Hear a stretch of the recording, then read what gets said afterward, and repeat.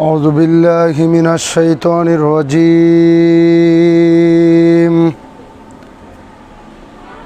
بسم الله الرحمن الرحيم.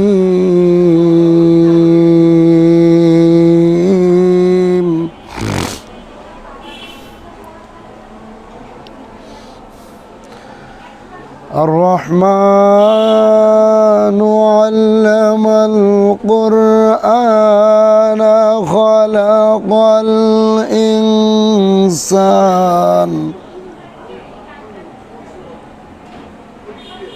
خلق الإنسان علمه البيان.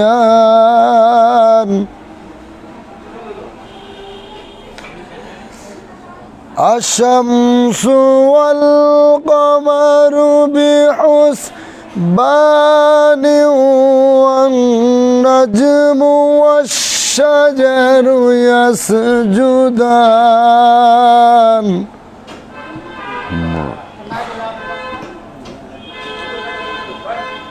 والسماء رفعها ووضع الميزان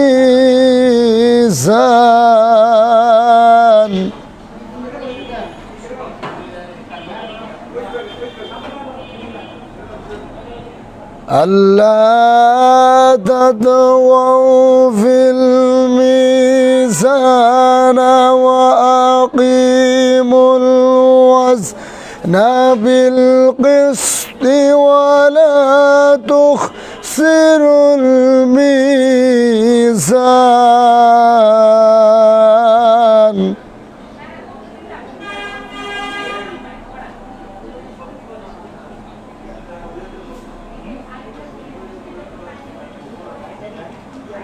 والأرض وضعها للأنام فيها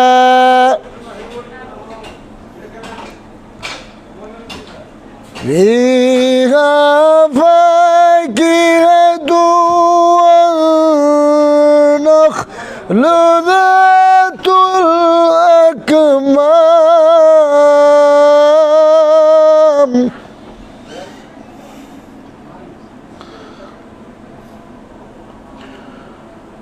والحب ذو العصف والريحان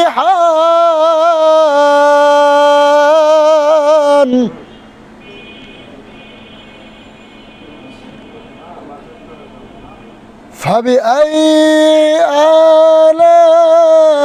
آلاء ربكما تكذبان.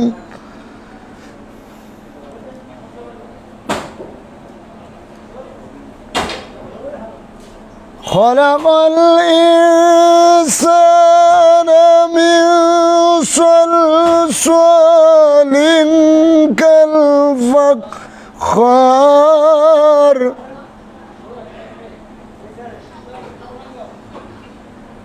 وخلق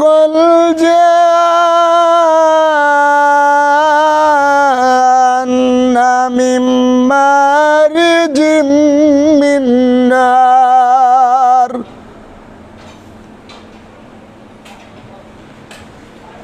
فبأي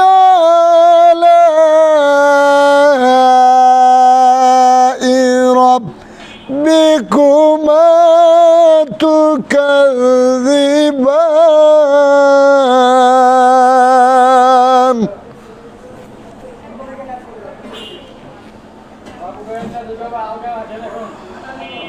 رب المشرقين ورب المغربين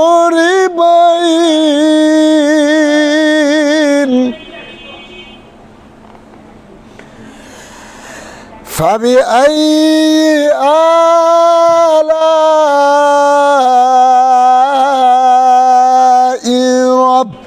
ربكما تكذبان.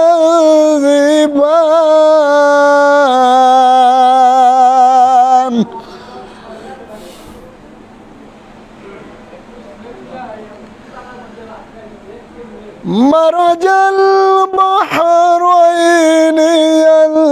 باقيان بينهما برزخ لا يبغيان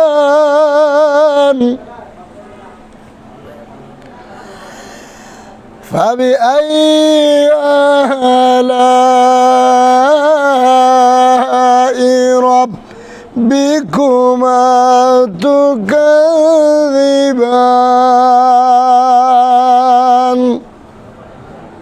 صدق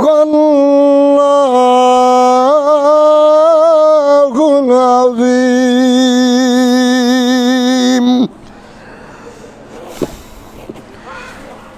এখন আপনাদের সামনে কোরআন ও হাদিস থেকে মূল্যবান বয়ান রাখবেন জাকের পার্টি ওলামা ফ্রন্টের কেন্দ্রীয় সাধারণ সম্পাদক আলহাজ হাফেজ মাওলানা মাসুম বিল্লাহ সাহেব আলহাজ হাফেজ মাওলানা মাসুম বিল্লাহ সাহেব হায়দরে পাঠাইছে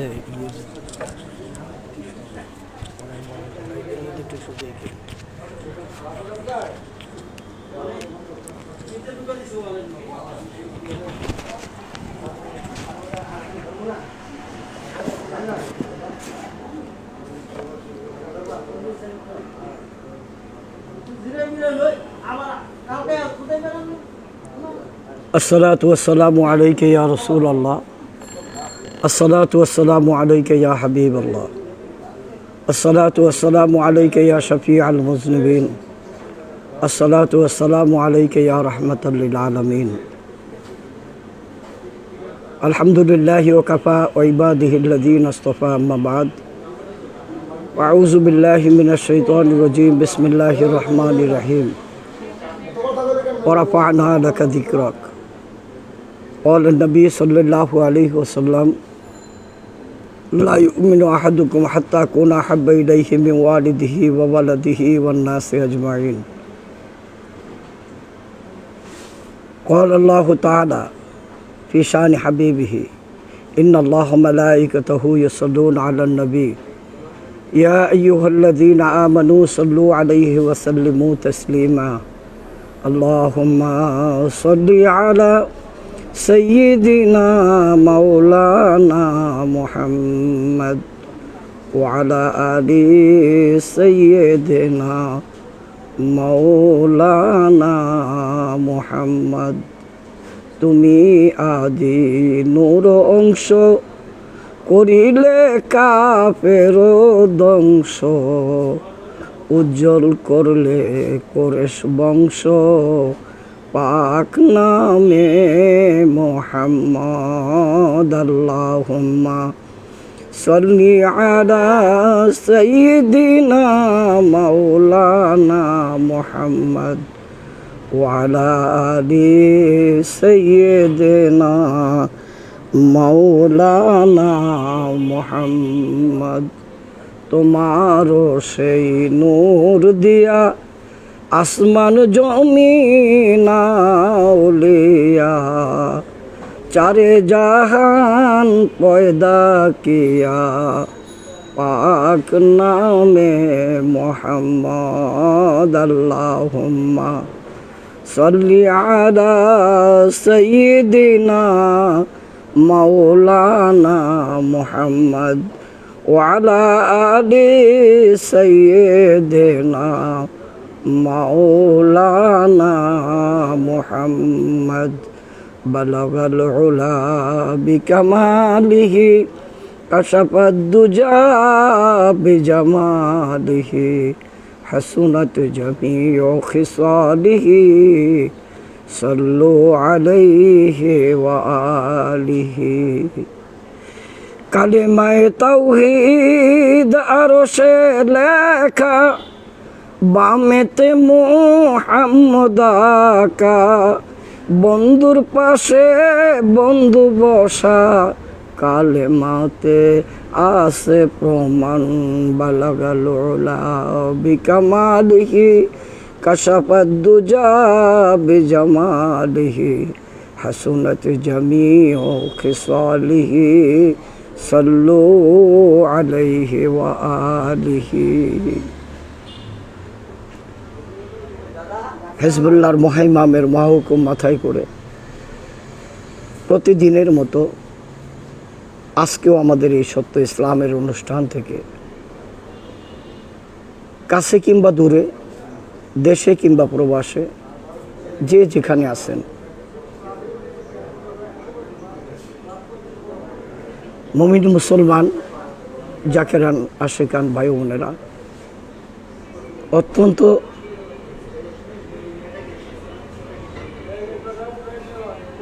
মায়ায় পড়ে আপনারা এই অনুষ্ঠানটুকু দেখতেছেন। অনুষ্ঠানের শুরুতে আমরা কালিমাতুশ শুকর আদায় করে নেই যে আল্লাহ দয়া করে মায়া করে প্রতিদিন এই কঠিন মুসিবতের জমানায় আমাদেরকে এই অনুষ্ঠানটুকুন হেজবুল্লাহর ইমাম উপহার দিলেন। আল্লাহ তাআলার দয়ায় সেই মহামালিকের দরবারে চিৎকার দিয়ে বলুন আলহামদুলিল্লাহ। শতকোটি দুরুদ ও সালাম নবীদের নবী, কুল কায়নাতের নবী, সরকার দু আলম আমার জিন্দা নবীজির পবিত্র রওজা পাকে কদম বসে আরজ করছি বাজানে রেখে যাওয়া আমানত বাবার স্থলাভিষিক্ত মহামান্য পীরজাদা আলহাজ খাজা মিয়া ভাইজান মুজাদ্দেদি সাহেবের পাক কদমে কদম বসে আরজ করছি মুসলিম বিশ্বের অভিসংবাদিত নেতা, জাকের পার্টির মহামান্য চেয়ারম্যান, হেজবুল্লাহর মহাইমাম আলহাজ খাজা মেজো ভাইজান মুজাদ্দেদি সাহেবের পাক কদমে কদম বসে আরজ করছি খাজা মিয়া সাসাজান মুজাদ্দেদি, খাজা মেজো সাসাজান মুজাদ্দেদি সহ আমার বাবার আহলে বায়তের সকলার পবিত্র কদম পাকে। সম্মানিত দর্শক শ্রোতাবৃন্দ, যে যেখান থেকে অনুষ্ঠানটুকুন দেখতেছেন, আপনাদের সকলকে আন্তরিক মোবারকবাদ ও সালাম। আসসালামু আলাইকুম ওয়া রাহমাতুল্লাহি ওয়া বারাকাতুহু। আমি আল্লাহ তাআলার পবিত্র কোরআন হাকিম থেকে ছোট্ট একখানা আয়াত আপনাদের মাঝে পেশ করলাম, নবীজির একখানা হাদিস পেশ করলাম। আলোচনা এই আয়াতটুকুন গতকালকে আপনাদের মাঝে তুলে ধরেছিলাম। মাহে মুহররমের আলোচনার কারণে আমি বলেছিলাম এই আলোচনা আগামীকাল হবে ইনশাআল্লাহ। তো আল্লাহ দয়া করে এ পর্যন্ত বাঁচিয়ে রাখলেন, আপনাদের মাঝে আলোচনা করতে শুরু করলাম। আমার ভাইরা, শয়তানের ওয়াসওয়াসা থেকে আল্লাহ আমাদেরকে পানা দেন এবং বিসমিল্লাহির রহমানির রহিম, পরম দাতা দয়ালু আল্লাহর নামে আরম্ভ করতেছি, যিনি রহমানুর রহিম। কি আরম্ভ করলাম? আল্লাহ আমার নবীজিকে, আমার নবীজির শান ও মান বলতে যায় আল্লাহ বললেন ওরা পানা লাকা যিকরাক। আবার আল্লাহ হাদিসে কুদসির মধ্যে নিজেই বলেন قال الله تعالى قال النبي صلى الله عليه وسلم إذا ذكرت ذكرت معي। হাদিস শরীফ বলেছিলাম লা ইউমিনু আহাদুকুম হাত্তা আকুনা আহাব্বা ইলাইহি মিন ওয়ালিদিহি ওয়া ওয়ালাদিহি ওয়ান নাসি আজমাইন। আল্লাহ তাআলা কোরআনে হাকিমের মধ্যে বলেন, হাবিব আপনার ইজ্জত আমি বুলন্দ করছি, বাড়াইয়া দিছি। নবীজির ইজ্জত আল্লাহ এতটা বাড়াইছেন, সমস্ত আম্বিয়া আলাইহিস সালামের শানকে আল্লাহ আসমান পর্যন্ত নিলেন, আর আমার নবীজির শান আল্লাহ তাআলা আরশ পর্যন্ত নিলেন। সুবহানাল্লাহি ওয়া বিহামদিহি।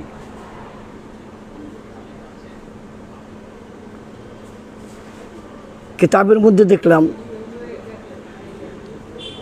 আমার নবী এত বড় একজন নবী, আমার নবী এমন নবী, আদম আলাইহিস সালাম থেকে শুরু করে ঈসা আলাইহিস সালাম পর্যন্ত প্রত্যেকটা নবী আল্লাহ তাআলার কাছে দরখাস্ত দিয়েছিলেন, হে পরওয়ারদিগারে আলম, এই নবীর শান, আখেরি জমানার নবী আসবেন শেষ জমানায়, কিন্তু আমাদের সফিফায় আমাদের কিতাবে তানার যে শান ও মান দেখলাম,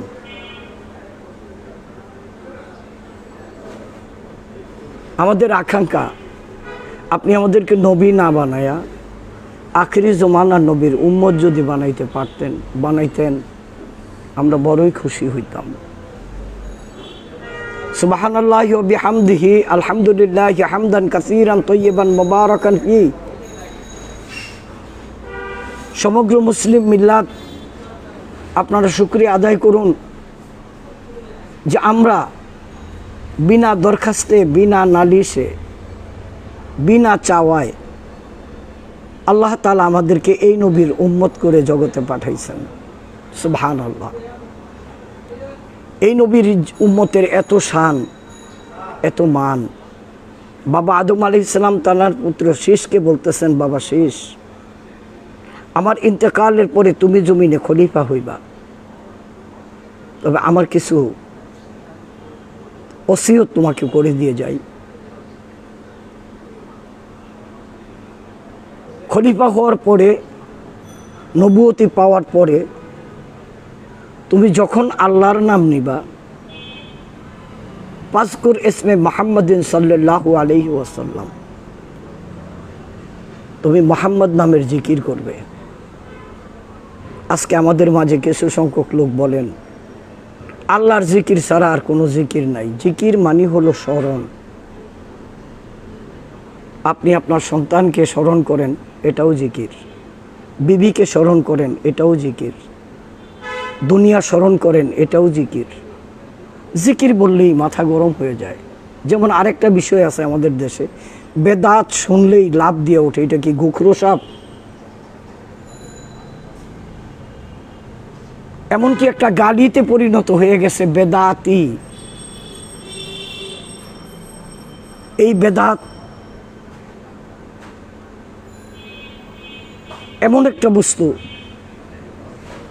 যেটার সম্পর্কে আলোচনা করতে গেলে যারা আমাদেরকে বেদাতি বলে গালি দেন ওনারাই ধরা খাবে। আমি একবার এক মাহফিলের মধ্যে আমাকে বেদাতি বলে আখ্যায়িত করার পরে আমি যে কোনোভাবে ওনাকে পাকড়াও করলাম, ওনাকে ধরলাম, দইরা জিজ্ঞাসা করলাম আমার ভিতরে আপনি কি বেদাত পাইছেন? আপনি মিলাদ শরীফ পড়েন। আমি বললাম মিলাদে মুস্তফা এটা আল্লাহর সুন্নত। সুবহানাল্লাহ। রুহুর জগতে আল্লাহ দুটা সম্মেলন ডাকলেন। রুহুর জগতে, আলমে আরওয়াতে আল্লাহ তাআলা দুটা সম্মেলন ডাকলেন। একটা সম্মেলন হলো তাওহীদের, আরেকটা সম্মেলন হলো রিসালাতের। তাওহীদের সম্মেলনটায় আল্লাহ সকলকে ডাইকা বলছিল আলাস্তু বিরব্বিকুম, আমি কি তোমাদের প্রভু, আমি কি তোমাদের পালনকর্তা? সমস্ত রুহু বলে উঠল ক্বালু বালা। সম্মেলন খতম করে দিলেন। এরপরে আরেকটা সম্মেলন হয়েছে, সেখানে ছিল ভিআইপি, নবী এবং রাসূলগণ। সেখানে শ্রোতা হলেন তারা, আর বক্তা হলেন আমার আল্লাহ, আর বিষয়বস্তু হলো আপনার আমার নবী সরকারে দো আলম সৈয়দুল মুরসালিন রাহমাতাল লিল আলামিন। গভীরভাবে একটু খেয়াল করলেই বুঝতে পারবেন আমার নবীর শান কোথায়। পৃথিবীতে যখন আপনি আসেন নাই, আমি আসি নাই, কেউ আসে নাই, আলমে আরওয়াতে ডাইকা আল্লাহ আমার নবীর ব্যাপারে সমস্ত আম্বিয়া আলাইহিস সালামকে ডাইকা বলতেছেন ওয়াইদ আখাযাল্লাহু মিসাকান নাবিয়িন লামা আতাইতুকুম মিন কিতাবি ওয়া হিকমাতিন সুম্মা জাআকুম রাসূল মুসাদ্দিকান লিমা মাআকুম লাতুমিনুন্না বিহি ওয়া লা তানসুরুন্না ওয়া আলা আকরারতুম ওয়া আখাযতুম আলা যালিকুম ইসরি ক্বালু আকরারনা ক্বালা ফাশহাদু ওয়া আনা মাআকুম মিনাশ শাহিদিন। আল্লাহু আকবার। আল্লাহ সমস্ত আম্বিয়া আলাইহিস সালামকে ওনাদের কাছ থেকে অঙ্গীকার নিতেছেন আমি তোমাদের মাঝে একজন রসুল পাঠাবো। মনে করো আদম নবী, ওই অবস্থায়ও যদি আমার বন্ধু যায়, মুসা নবী, ওই অবস্থায়ও যদি আমার বন্ধু যায়, তোমাদের নবুয়তি ছেড়ে দিয়ে লা তুমিনুন্না বিহি ওয়ালা তানসুরুন্না, তোমরা তার প্রতি ঈমান আনবে, তাকে সাহায্য করবে। আমার ভাইরা, আল্লাহ জিজ্ঞাসা করতেছেন, তোমরা কি এটা স্বীকার করে নিলে? আমার এই কথাটা কি তোমরা স্বীকার করে নিলে? নূরে মুহাম্মদী, রূহে মুহাম্মদী আমার আল্লাহর পাশে। আল্লাহ তাআলা দেখাইয়া দেখাইয়া আমার নবীজির আলোচনাগুলি করতেছেন। সরকারে দু আলমকে আল্লাহ কতটা ভালোবাসতেন। সমস্ত আম্বিয়া আলাইহিস ইসলামের সামনে আমার নবীর শান আল্লাহ নিজে গাইতেছেন।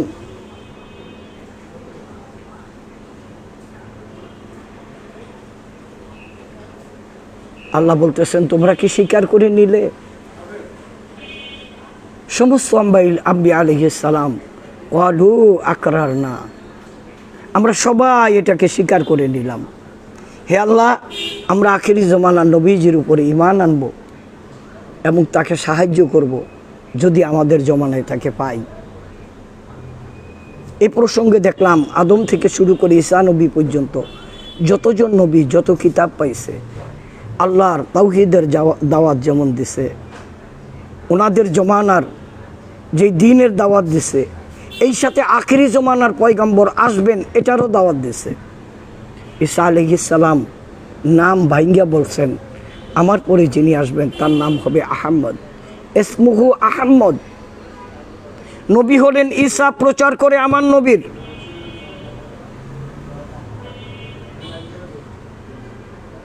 আল্লাহ বললেন, জমিনে যে যদি তোমরা ভুলে যাও,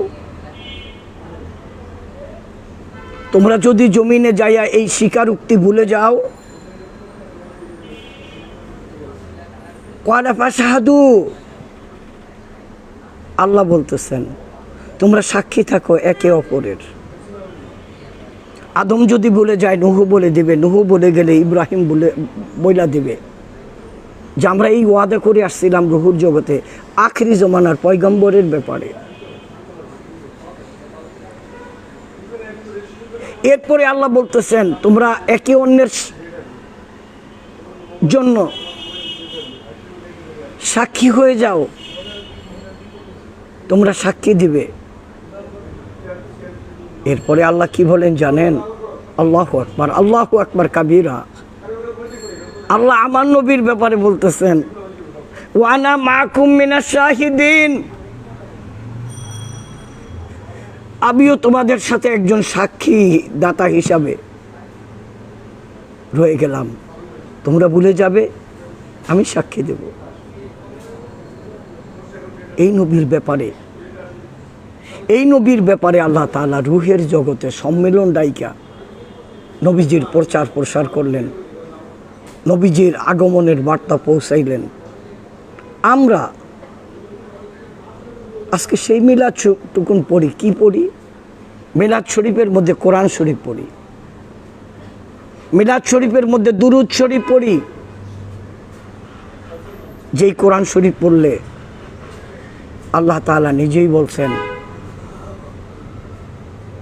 আমার কোরআন শরীফ পড়লে প্রত্যেকটা হরফের বিনিময়ে তোমাদের 10-10টি করে নেক লেখা হবে। যেই কোরআন শরীফ পড়লে পরে আপনি কবরে অবশ্যই যাবেন। যত বড় আলিম উলামা, মুন্সি, হাফেজ, কারি, সাধারণ মানুষ যেই হন, আপনার মৃত্যু হবে। যেহেতু কোরআন শরীফে বলা হয়েছে, আল্লাহ নিজে বলছেন কুল্লু নাফসিন যায়িকাতুল মাউত, প্রত্যেকটা প্রাণীকেই মরতে হবে, মরণের স্বাদ গ্রহণ করবে। মৃত্যুর পরে আপনাকে কবরে যখন নামানো হবে, কবরের জিন্দিগিতে আপনি যদি জগতে কোরআন শরীফ পড়ে থাকেন, কালামুল্লাহ, আল্লাহর কালাম যদি পড়ে থাকেন, তাহলে পরে এই কোরআন আপনার মাথার কাছে থাকবে। এই কোরআন আযাবের ফেরেশতাকে বারণ করবে, ও আমাকে পড়তো। শুধুই পড়তো না, আমাকে পইরা পইরা সে আমল করত, আমলের জিন্দিগি বানাইতো। আজকে সে কবরে ঘুমিয়ে আছে, তাকে তোমরা ডিস্টার্ব করো না। কোরআনের বরকতে আপনার কবরের আযাব আল্লাহ তাআলা মাফ করে দিবেন।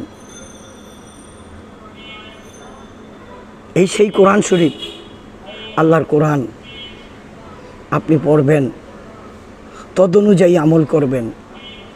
হাদিস শরীফের মধ্যে দেখলাম, মান কারা আল কোরআন ফাস্তাজারাহু ফাহাল্লা হালালাহু ওয়া হাররামা হারামা আদাখালাহুল্লাহুল জান্নাহ ওয়া শাফাহু ফি আশরাতিম মিন আহলিহিম কাদ ওয়াজাবাতুহুন নার। যে কোরআন শরীফ পড়বে, তদনুযায়ী আমল করবে, হালালকে হালাল, হারামকে হারাম মেনে চলবে, আল্লাহ তাকে জান্নাত দিয়ে দিবে, সে জান্নাতে চলে যাবে। শুধু তাই নয়, অসাপ্পাহু, সুপারিশ করবেন এমন 10 জন ব্যক্তিকে যাদের উপরে জাহান্নামের সিল পড়ে গেছে, যারা জাহান্নামী ডিক্লার হয়ে গেছে, এমন 10 জন ব্যক্তিকে টাইনা টাইনা জান্নাতের দিকে নিয়ে আসবে তাদের সুপারিশে। এই সেই কোরআন শরীফ। এই কোরআন শরীফের ভিতরে এমন কিছু নাই যেটা নাই। বাবা আদম আলাইহিস সালাম থেকে শুরু করে ঈসা নবী পর্যন্ত যতগুলি পয়গম্বর আলাইহিস সালাম পৃথিবীতে যত কিতাব নিয়ে আসছেন, সমস্ত কিতাবের মূল মগজ হলো কালামুল্লাহ, আল্লাহর কোরআন শরীফ। আমার ভাইরা, যে কথাটা আমি বলতেছিলাম, বাবা আদম আলাইহিস সালাম শীস আলাইহিস সালামকে বলতেছেন, বাবা আমার পরে নবী হবে তুমি, আখরি জমানার পয়গম্বরের নামে জিকির কইরো। আজকে জিকির করলেই আমাদেরকে বন্ড বলা হয়, মিলাদ শরীফ পড়লেই আমাদেরকে বেদাতি বলা হয়। আমি ওনাকে বললাম, আপনি আমাদেরকে বেদাতি বলতেছেন মিলাদ শরীফ পড়ার কারণে, মাফহুম কি? মিলাদ শরীফ কি? মিলাদ শরীফের ভিতরে আমরা কোরআন শরীফ পড়ি, যাহা সওয়াবের কাম। মিলাদ শরীফের মধ্যে আমরা দোয়া করি, দুরূদ শরীফ পড়ি, যেই দুরূদ শরীফের ব্যাপারে আল্লাহর নবী বলছেন, দুরূদ শরীফ কোনো ইবাদতকারী ইবাদত করে দুরূদ শরীফ আমার উপরে যদি না পড়ে, সমস্ত আমলগুলি বাইনা সামাওয়াতি ওয়াল আরদ, আসমান এবং জমিনের মাঝখানে লটকানো থাকে। আপনি আমি কোর্টে কোনো দরখাস্ত করলে একটা কোর্ট ফি লাগে, কোর্ট ফি যতক্ষণ পর্যন্ত না লাগানো হয় ততক্ষণ পর্যন্ত দরখাস্ত অ্যাকসেপ্টেবল নয়। ঠিক তেমনি আল্লাহ রসুলের দুরূদ শরীফ না পড়লে আপনার কোনো ইবাদত আল্লাহর দরবারে কবুল হবে না। সম্মানিত দর্শক শ্রোতা, এই নবী কেমন নবী? ওনাকে বললাম, এরপরে আমরা নবীজিকে সালাম দেই। নবীজিকে সালাম দিয়ে, সালিমু তাসলিমা বলা হয়েছে সালামের ব্যাপারে। তোমরা আমার বন্ধুকে সালাম দাও তাসলিমা, আদবের সহিত, মহব্বতের সহিত। তাসলিমার বহু ব্যাখ্যা। আমরা নবীজিকে সালাম দেই, কিয়াম করি, কিয়ামুল তাজিম, তাজিমের জন্য দাঁড়িয়ে যাই, নবীকে সালাম দেই। জিবরিল আমিন আল্লাহ রসুলের কাছে যতবার আসছেন, 24,000 বার, 24,000 বার জিবরিল আমিন আল্লাহ রসুলের কাছে আইসা প্রথমে সালাম বলছেন আমার আল্লাহর, ইয়া রসুল আল্লাহ, আল্লাহ আপনাকে সালাম দিছে। এরপরে সালাম দিলেন জিবরিল নিজে।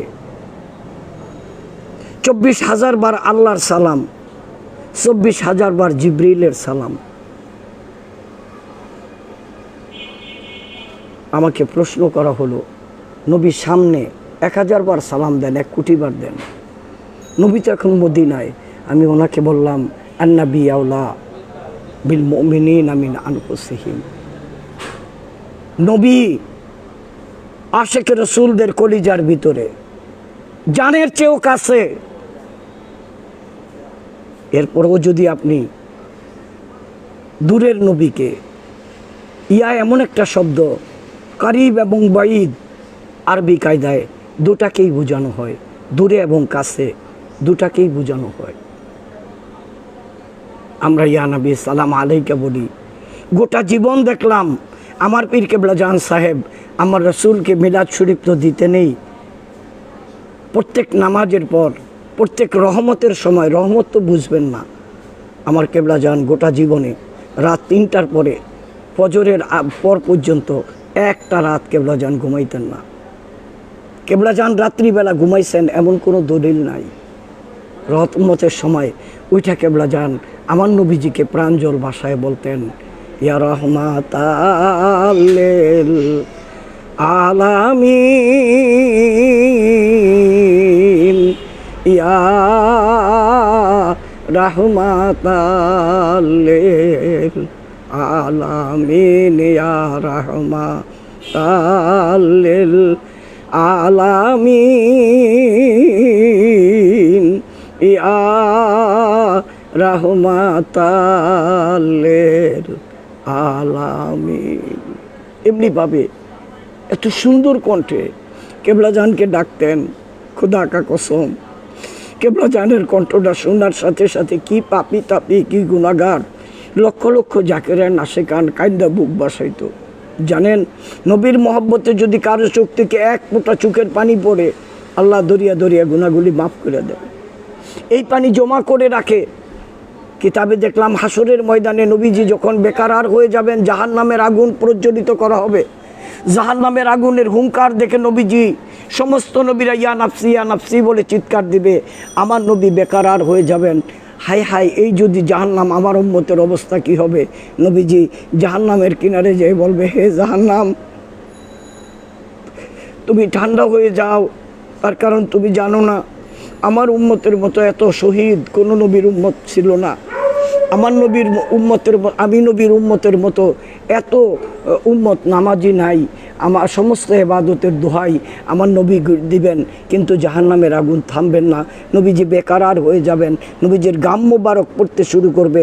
আল্লাহ ডেকে বলবেন, জিবরিল, আমার হাবিবের পবিত্র গাম মোবারক যদি এই মাঠের মধ্যে পড়ে, তা আমার জমিন ঠান্ডা হয়ে যাবে। বিদায়, এই মস্কোটা নিয়ে যাও, এটা আমার কাছে সংরক্ষিত ছিল। জিবরিলের হাতে একটা মস্কো দিবেন, আমার বন্ধুকে বলো এখান থেকে একটু পানি যেন ছিটিয়ে দেয়। আল্লাহ রাসূল ওখান থেকে কিছু পানি ছিটকে দিবেন। মুহূর্তের মধ্যে জাহান্নামের আগুন নিম্ন দিকে চলে যাবে। নবীজি ডেকে বলবে, ভাই জিবরিল, এত ইবাদতের দোহাই দিলাম, শহীদদের দোহাই দিলাম, আগুন থামলো না। এই আগুন, এই পানি হাউজে কাউসারের পানি না, আল্লাহর কুদরতি পানি না। তাইলে এই পানি এমন কোন মর্তবাওয়ালা পানি যে যেই পানির বরকতে জাহান্নামের আগুন নিভে যায়? এটা কোন পানি? জিবরিল কেঁদে দিয়ে বলবেন, ইয়া রাসূলুল্লাহ, এই পানি সেই পানি পৃথিবীর প্রান্ত থেকে, বন থেকে বনান্তরে, বনে জঙ্গলে, পাহাড়ে পর্বতে যে যেখান থেকে পারত আপনার জন্য মুনাজাত করে কাঁদতো, আপনার নাম নিয়ে কাঁদতো, আপনার জন্য চোখের পানি পালাইতো। আপনার জন্য চোখের পানিগুলি যখন পালাইতো, এই পানিগুলি আল্লাহ নিচে পড়তে দিত না। আল্লাহ কুদরতি হাত দিয়া সংরক্ষণ করে রাইখা এই মস্কের মধ্যে রাইখা দিছে, যাতে করে এই পানি দিয়া হাসরের ময়দানে আপনার উম্মতের নাজাতের জরিয়া করতে পারেন, জাহান্নামের আগুন নিভিয়ে দিতে পারেন। সুবহানাল্লাহি ওয়া বিহামদিহি, সুবহানাল্লাহিল আযীম। যেই নবীর মহব্বতের চোখের পানির এত মর্যাদা, এত মর্যাদা, আমরা নবীর মহব্বতে আমরা নবীকে দাঁড়িয়ে সালাম দেই, এরপরে মোনাজাত করি আল্লাহ তাআলার দরবারে।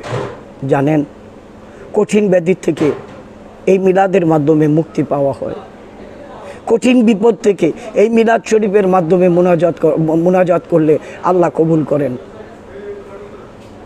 আপনারা শুনলে আশ্চর্য হয়ে যাবেন। আল্লামা শাহ আব্দুল হক মুহাদ্দিস দেহলভী রহমতুল্লাহ আলী, তার একখানা কিতাব আখিয়ারুল আকবারের মধ্যে উনি বলেন, হে আল্লাহ, অনেকগুলি কথার ভিতরে উনি বলতে যে এক পর্যায়ে বললেন, হে আল্লাহ, আমার দোয়া, কোনো দোয়া তোমার দরবারে কবুল হবে বলে, আমার আমল কবুল হবে বলে আমি গ্যারান্টি দিতে পারি না। তবে একটা ইবাদতের ব্যাপারে, একটা আমলের ব্যাপারে আমি তোমার কাছে গ্যারান্টি দিতে পারি। সেটা হলো আখেরি জমানার পর আমার নবীর মিলাদ শরীফ পড়ে দাঁড়িয়ে দাঁড়িয়ে আমি যে কাঁদতাম, ওই চোখের পানি আর ওই মিলাদ শরীফ তুমি বিপলে দিতে পারো না। ওই মিলাদ শরীফ অবশ্যই আল্লাহর দরবারে কবুল হয়ে গেছে। যিনি আমাদের সকলেরই আকাবের, হয়তো বা বলবেন আগেওয়ালারা ভুল করছে, আপনারা শুদ্ধ করতেছেন।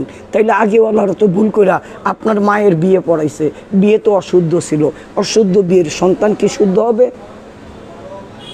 আমি ফতুয়ার দিকে বা নাই গেলাম, তো আমি অনুরোধ করে বলবো, আপনারা বেদাতি কাদেরকে বলেন? আজকের যেই টুপিটা নবীর জমানায় যেটা ছিল না, এটাই বেদাত। আজকে নবীর জমানায় এরকম টুপি ছিল না, এরকম জামা ছিল না, এরকম পাগড়ি ছিল না, এরকম পাগড়ি ছিল, এরকম লম্বা জামা ছিল না, এরকম সেলাই করা জামা ছিল না, এই ধাঁচের কোনো জামা কাপড় ছিল না, কিন্তু প্লেন ছিল না, গড়ি ছিল না, গাড়ি ছিল না, এগুলো সব বেদাতের আয়তায়। আজকে যে মাদ্রাসা, এটাও বেদাতের আয়তায়। আজকে অন্য অন্য কথাগুলি বলতে গেলে আমাদের নিজেদের কথা, ওই যে গ্রাম্য ভাষায় একটা কথা আছে, নিজের কথা পরে রেখইয়া পাও ধরো পথে বইয়া। কাদেরকে খুশি করাইতে চাইতেছেন? মুসলিম মিল্লাতের মধ্যে দ্বন্দ্ব করে, ফিতনা করে ইহুদি নাসারাদেরকে খুশি করাইতে চান, অন্য ধর্মের লোকেরে খুশি করাইতে চান। কাটিয়া বৃক্ষের মূল, তাই জাকের পার্টির মহামান্য চেয়ারম্যান মহোদয় বলছিলেন, কাটিয়া বৃক্ষের মূল পত্রে ঢালে জল। বৃক্ষের মূল কাইটা পত্রে জল ঢাইলেন না, বৃক্ষ বাঁচবে না।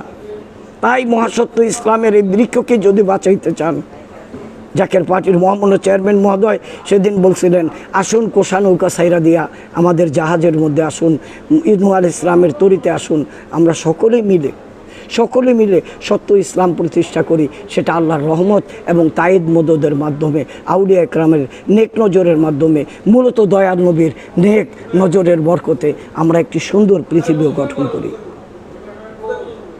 আমার ভাইরা, আমার নবীর শান ও মানের উপরে আমি আলোচনা করতেছিলাম। হজরতে বাবা আদম আলাইহিস ইসলাম বলতেছে, বাবা শীষ, তুমি জিকির করবে আখরি জমানার পয়গম্বরের নামে, তাকে স্মরণ করবে। তাকে স্মরণ মানে সকল বিপদ থেকে মুক্তি পাওয়া। আপনি কত বড় বিপদে পড়ছেন, 11 বার দুরূদ শরীফ আমার নবীর নামে পইরা 2 ফোঁটা চোখের পানি ফাটিয়ে দেন, আল্লাহ তাআলা আপনাকে মুক্তি করে দেবে। মুসা আলাইহিস ইসলামের জমানায় একটা লোক তাওরাত কিতাব পড়ি আমার নবীর নামের বরকতে, আমার নবীর নাম নিয়ে চুমা খাইছিলেন চোখে মুখে। কিতাবের মধ্যে দেখলাম এতটুকুন আমল করার কারণে, নামাজ ছিল না, রোজা ছিল না, অন্য কোনো কিছুই ছিল না, শুধু এই আমলটুকুন করার কারণে আল্লাহর হুকুমে মুসা আলাইহিস ইসলামের মাধ্যমে, লোকটা ছিল খারাপ চরিত্রের লোক, ওই লোকটার এই আমলটুকুন করার কারণে আল্লাহ তাআলা তাকে ওই জমানার পয়গম্বর মুসা আলাইহিস সালামকে দিয়ে তার জানাজা, কাফন, দাফন কমপ্লিট করলেন। গোসল, কাফন, দাফন, জানাজা কমপ্লিট কইরা মুসা আলাইহিস সালাম প্রশ্ন করলেন, আল্লাহ, লোকটা তো পাপী। আল্লাহ বললেন, লোকটাকে তোমার চোখে পাপী দেখো, জগতের চোখে পাপী দেখো, কিন্তু লোকটা এমন একটা কাজ করছে সেটা আমার চোখে এত ভালো লাগছে। আল্লাহ কি কাজ করছে? আমার বন্ধু আখেরি জমানার পয়গম্বরের নাম নিয়ে চোখে মুখে চুমা খাইছে। আজকে এটা নিয়েও কথা হচ্ছে, এটা নিয়েও বেদাত, এটা জায়েজ নাই। কত ফতুয়া যে দিতেছেন, আর কত ফতুয়া দিবেন? সব 90 ফতুয়া বাদ দিয়ে পুরনো দিনে ফিরে আসুন, পুরনো দিনে ফিরে আসুন। তাই সেদিন আমাদের মধ্য থেকে একজন বলছিলেন, আগেকার জমানার সাধারণ আলিমরা এতটাই আল্লাহকে ভয় করতো, ইত্তাকুল্লাহ, আল্লাহকে ভয় করো, আল্লাহকে ভয় করে পানির মধ্যে ফু দিত, এটা খেয়ে মানুষ ভালো হয়ে যেত। আজকে তো এগুলো বন্ধই করে দিচ্ছেন, সেরে খারাম বেদাত বলতেছেন, কিন্তু না, এগুলোও আছে। কয়টা কিতাব পড়ছেন? কত কিতাব পড়ছেন? মনে রাখবেন, আমার জানার পরে আরও জানা থাকতে পারে। অতএব কারণে আমাদের আকাবের যারাই ছিলেন তারা বলছিলেন, হে আল্লাহ, আমি একজন নাচিস, আমি একজন নালায়েক, আমার এলেম নাই, আমার কালাম নাই, আমার বিদ্যা নাই, বুদ্ধি নাই। সৈয়দনা আবু বকর সিদ্দিক রাদিয়াল্লাহু তাআলা আন, যিনি খাইরুন নাস বাদাল আম্বিয়া, নবীদের পরে সর্বশ্রেষ্ঠ মাকাম যার, সেই আবু বকর রাদিয়াল্লাহু তাআলা আন, আবু বকর রাদিয়াল্লাহু তাআলা আন, উনি জান্নাতের সার্টিফিকেট পাইলেন, জান্নাতের রোকন। অথচ উনি কবরের পাশে যেয়ে বলতেন, হে আল্লাহ, আমি যদি মানুষ না হইয়া অন্য কোনো প্রাণী হইতাম, হাসরের ময়দানে তো আমার বিরুদ্ধে কোনো বিচার হইতো না, আমি বিচারের জন্য দাঁড়াইতাম না। আল্লাহ তুমি দয়া করে মায়া করে আমাকে মাফ করে দাও। ওনারা এইভাবে কাঁদতেন। আর আজকে মনে হয় আপনাদের কথাবার্তায়, আপনাদের বডি ল্যাঙ্গুয়েজে বোঝা যায় আপনারা জান্নাতুল ফেরদাউসটা নিজের টাকা দিয়া, নিজের ইট বালি দিয়া কিনিয়ে রাখছেন। ভয় নাই, ডর নাই। অথচ আল্লাহ বারবার বলছে ইত্তাকুল্লাহ, আল্লাহকে ভয় করো। আর আল্লাহকে ভয় করতে হলে অপ্তাগু এটাই হলে উসিলা অন্বেষণ করো। আসুন, আমি যে কথাটা বলতেছিলাম, জিকিরের ব্যাপারে কথা হয়। এবার দেখি নবী পাক বলছেন জিকরুল আম্বিয়া মিনাল ইবাদা ও জিকরু সলিহিনা কাফারা। নবীদের আলোচনা করলে ইবাদতে পরিগণিত হয়, আর ওলিদের আলোচনা করলে, ওলিদের স্মরণ করলে, ওলিদের জিকির করলে আল্লাহ তাআলা তাদের জীবনের গুনাহগুলি মাফ করে দেয়। বাবা আদম বললেন আখিরি জমানার পয়গাম্বরের নামের জিকির করবে। শীষ আল ইসলাম বললেন বাবা উনি তো আখিরি জমানায় আসবেন, এখন আপনি নবী, আমি আপনার কথা শুনবো, আপনার কথা স্মরণ করব, ওনার কথা স্মরণ করব। কেন? এই একটা কেনর কারণে বাবা আদম আল ইসলাম বলছিলেন বাবারে সব বেলায় কেন চলবে, এই নবীর বেলায় কেন চলবে না? তার কারণ এই নবীর উসিলায় আল্লাহ আমাকে ক্ষমা করে দিয়েছে। বিশাল আলোচনা এটা নিয়ে। অতএব কারণে আমরা নবীকে স্মরণ করব, আমরা নবীকে ইজ্জত দিব, আমাদের ইজ্জত বেড়ে যাবে। আমি প্রায় সেই টেলিভিশনে, মাহফিলে, সেমিনারে বক্তব্য দিয়ে থাকি। নবীকে ইজ্জত দিলে আপনার ইজ্জত উঠবে আকাশে, আর নবীকে ইজ্জত না দিলে আপনাকে আস্থা করে নিক্ষেপ করা হবে। যেমনটি আস্থা করে নিক্ষেপই নয়, আপনার বাড়িতে পায়খানা গাছ হবে। যেমন আবু জেহেল আমার নবীকে ইজ্জত না দেওয়ার কারণে তার বাড়িতে হাজিদের পায়খানা হয়েছে, পায়খানার ঘর বানাইছে, ল্যাট্রিন বানাইছে। তাই আসুন আমরা প্রিয় নবীজিকে অন্তর দিয়ে ভালোবাসি, নবীকে মহব্বত করি। নবীর মহব্বতের নাম হলো ঈমান। নবীকে না বাসা পর্যন্ত আপনি ঈমানদার হতে পারবেন না। আল্লাহ তাআলা আমাদের সকলকে কবুল করেন, নবীর মহব্বত দিয়ে কলিজা ভরপুর করে দেন।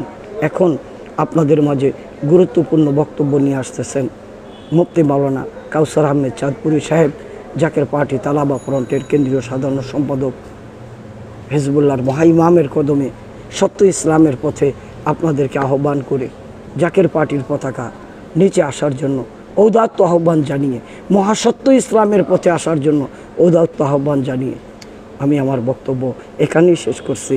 ওমা আলাইনা ইল্লাল বালাগ। আসসালামু আলাইকুম ওয়া রাহমাতুল্লাহি ওয়া বারাকাতুহু।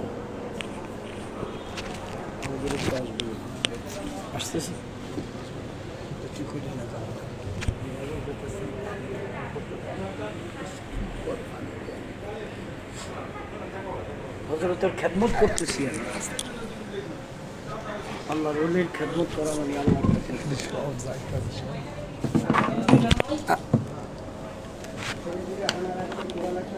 আপনি এদিকে আসতেছিলেন।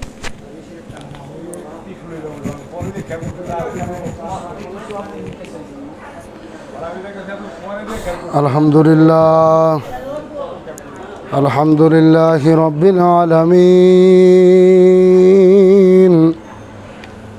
الصلاة والسلام على رسوله الكريم وعلى آله وأصحابه وأولياء ملته وعلماء أهل سنته أجمعين. أما بعد فقد قال الله تعالى في كلامه المجيد وفرقانه الحميد. أعوذ بالله من الشيطان الرجيم. بسم الله الرحمن الرحيم. لقد رضي الله عن المؤمنين إذ يبايعونك تحت الشجرة إلى آخر الآية في شأن حبيبه إن الله وملائكته يصلون على النبي يا أيها الذين آمنوا صلوا عليه وسلموا تسليما اللهم صل على سيدنا مولانا محمد وعلى آل سيدنا مولانا محمد কোটি কোটি কদম বুঝে আরজ করছি আমার আকা, আমার সাহেব, আমার দস্তগীর, আমার আহনামা, আমার এহ পরকালের একমাত্র দরদি বান্ধব, আখিরি মুজাদ্দেদ, আখিরি মুর্শিদ, অলিকুল সম্রাট, হাকিমুল উম্মত, মহিউসুন্নাহ, কেবলায় দো জাহান, মুজাদ্দেদে জামান, বিশ্ব অলি, দয়াল পীর, দস্তগীর খাজা বাবা ফরিদপুরি কেবলাদান সাহেবের ফুত পবিত্র কদম মুবারকে কদম বসে আরজ করছি। কেবলাদান সাহেবের স্থলাভিষিক্ত আমাদের মাথার তাজ মহামান্য পীরজাদা আলহাজ হজরত খাজা মিয়া ভাইজান মুজাদ্দেদি শতকোটি কদম বসে আরজ করছি। বাবার আধ্যাত্মিক উত্তরাধিকার, মুসলিম বিশ্বের অবিসংবাদিত নেতা, জাকেরানদের ইমাম, হিজবুল্লাহর মহা ইমাম, জাকের পার্টির মহামান্য চেয়ারম্যান, আমাদের মাথার তাজ পীরজাদা আলহাজ হজরত খাজা মেজোবাইদান মুজাদ্দেদি সাহেব দয়ের ফুত পবিত্র কদম মুবারকে কদম বসি আরজ করছি। বাবার আদরের পৌত খাজা হজরত মিয়া চাষাদান মুজাদ্দেদি, জাকের পার্টির সিনিয়র ভাইস চেয়ারম্যান ডক্টর খাজা হজরত মেজু চাষাদান মুজাদ্দেদি সাহেব দয়ের ফুত পবিত্র কদম মুবারকে কদম বসি আরজ করছি। আমার বাবার পরিবারবর্গ, আহলে বাইত, সকল সদস্যবৃন্দের কদম পাকে লক্ষ কোটি কদম বসি চুম্বন রেখে উপস্থিত বিশ্ব অলির বেসালত মঞ্জিল বনানী পাক দরবার শরীফে আগত প্রাণপ্রিয় জাকেরান আশেকান ভাইরা, পর্দার আড়ালের মা ও বোনেরা, লাইভ প্রোগ্রামের মাধ্যমে পৃথিবীর যে যেখান থেকে আমাদের এই অনুষ্ঠান শুনছি আপনারা সরাসরি দেখতে পাচ্ছেন, আপনাদের সকলের প্রতি আন্তরিক মোবারকবাদ ও সালাম। আসসালামু আলাইকুম ওয়া রাহমাতুল্লাহি ওয়া বারাকাতুহু। মহান আল্লাহ পাকের দরবারে লাখো কোটি শুকরিয়া, যে মহান রব্বুল আলামিন আমাদেরকে পবিত্র মাহে মুহররমের এই চাঁদে আমাদেরকে সুস্থ রেখে দুনিয়ার চতুর্দিকে শুধু বিপদ আর বিপদ, শত বিপদ থেকে উদ্ধার করে কেবলাদান হুজুরের পাক কদমে ইমানের সহিত, ইমানের বলে বলিয়ান হয়ে হোসাইনি কাফেলার সৈনিক হিসাবে এখনো পর্যন্ত আমরা ওই কাতারে আছি, থাকতে পেরেছি। এই জন্য আল্লাহর দরবারে শুকরিয়া আদায় করি, সকলে বলি আলহামদুলিল্লাহ। সম্মানিত জাকেরান আশেকান ভাই এবং বোনেরা, অন্যান্য তরিকতপন্থী মুসলমান ভাই এবং বোনেরা, আপনারা যে যেখান থেকে আমাদের আলোচনা দেখতে পাচ্ছেন, প্রতিদিন আপনাদের মূল্যবান সময়টুকু আমাদের সঙ্গে আপনারা ব্যয় করতেছেন। যদিও আমি গোলাম, আমরা আপনাদেরকে দেখি না, কিন্তু আপনারা বিশ্বের যে যেখান থেকে আমাদের কথাগুলো শুনতেছেন, আপনাদেরকে আন্তরিক ধন্যবাদ জানাই। এবং যে আলোচনাটুকু আমরা করি কোরআন হাদিস ইজমা কিয়াসের মাধ্যমে, আমার কেবলাদান হুজুরের লিখিত নসিহত শরীফের আলোকে, বিশেষ করে মাহে মুহররমের চাঁদ পশ্চিম আকাশে উদিত হওয়ার পর থেকেই আমরা আহলে বাইতকে নিয়ে কারবালার সেই করুণ কাহিনী, কারবালার হত্যাকাণ্ড, যারা ঘটাইলেন, এই হত্যাকাণ্ডের পিছনে যাহারা ইন্ধন দিয়ে গেলেন, পূর্বে থেকে যাহারা এই নীল নকশা যাহারা তৈরি করে গেলেন, এদের সড়ক উন্মোচন, এদের মুখোশ, আহলে বাইতের দুশ্মনদের মুখোশ, যারা আহলে বাইতকে মুখে মুখে ভালোবাসে আবার আহলে বাইতের বিরুদ্ধে যারা অস্ত্র ধরেছে তাদের পক্ষে যারা কথা বলে, দুমুখ সাপদেরকে আমরা জগতের মানুষের কাছে তাদের মুখোশ উন্মোচন করার জন্য সর্বাত্মক চেষ্টা করে যাচ্ছি। ইতিমধ্যেই বাংলাদেশের কুখ্যাত কিছু ওলামায়ে কেরামদের নাম আপনাদের সামনে অবশ্যই বেশি উঠেছে, যারা এজিদকে রহমতুল্লাহ আলাই বানাইতে চায়, এজিদের বাবা মুয়াবিয়াকে রাদিয়াল্লাহু তাআলা আনহু বানাইতে চায়, এবং মুয়াবিয়ার বাবা আবু সুফিয়ান থেকে শুরু করে তার মা হিন্দা থেকে শুরু করে আহলে বাইতের সঙ্গে যারা বিদ্বেষ করলো, রসুলের সঙ্গে যারা দুশ্মনী করলো, তাদেরকে যারা সাহাবী বানাইতে চায়, এদের নাম কিন্তু এখন বাংলার মানুষের কাছে প্রকাশ পেয়েছে। শুধু বাংলাদেশ না, পৃথিবীর সব জায়গাতেই এই মিডিয়ার মাধ্যমে, সোশ্যাল মিডিয়া, ফেসবুকের যুগে তাদেরকে মানুষ এখন চিনতে পেরেছে। তাহলে এখন আপনারা যাহারা, বিশেষ করে যে সমস্ত মানুষগুলো কোনো পীরের কাছে বায়াত হয় নাই, যে সমস্ত মানুষগুলো এখনও বায়াতবিহীন অবস্থায় আছে, এরা বেশি বিপদের ভিতরে পড়েছে। এদের ঈমান নিয়ে এখন খুবই ষড়যন্ত্রের ভিতরে তারা পড়েছে। এখন তারা কোন দিকে যাবে, কার কথা তারা শুনবে, কার কথা মানবে? যার কাছেই যাচ্ছে সেই 1400 বছর আগে নবীজির সেই ভবিষ্যৎবাণী বাস্তবায়ন হচ্ছে। আল্লাহর হাবিব সাল্লাল্লাহু আলাইহি ওয়াসাল্লাম 1500 বছর আগে বলে গিয়েছিলেন, এমন মানুষ, এমন কিছু লোক পৃথিবীতে আগমন করবে যাদের বড় বড় ডিগ্রি থাকবে, টুপি দাড়ি পাগড়ি জুব্বা লেবাস সব থাকবে, এদের এমন নামাজ থাকবে, এমন আমল তাদেরকে দেখা যাবে মনে হবে আবু বকর ওমরের চাইতে তারা বেশি আমলদার। তাদেরকে দেখলে সাহাবীদের আমল তুচ্ছ মনে হবে। নবীজি সাল্লাল্লাহু আলাইহি ওয়াসাল্লাম 1500 বছর আগেই বলে গিয়েছে, এদের এলেম থাকবে কিন্তু আমল থাকবে না। বিশাল পাণ্ডিত্য তারা অর্জন করবে কিন্তু তাদের গলার নিচে ইমানের দ্বার, ইমানের যেই মহব্বত সেটা গলার নিচে সেটা পৌঁছাবে না। আজকে সেই দিন কিন্তু চলে আসছে। যাদেরকে মানুষ দেখে ডক্টরের দেখলেই হয়েছে, ওয়াজের ভিতরে কিছু ইংলিশ শুনতে পারলেই হয়েছে, বিভিন্নভাবে কিছু যুক্তি শুনতে পারলেই হয়েছে, তাদের পিছনে পিছনে দৌড়াইতে থাকে। বাঙালি জাতি হুজুগে বাঙালি, যাদিকেই একটু জনপ্রিয়তা দেখে সেখানেই চলে যায়, কিন্তু এটা বুঝে না যে যেই জায়গায় মানুষ বেশি সেটা কিন্তু ভালো নয়।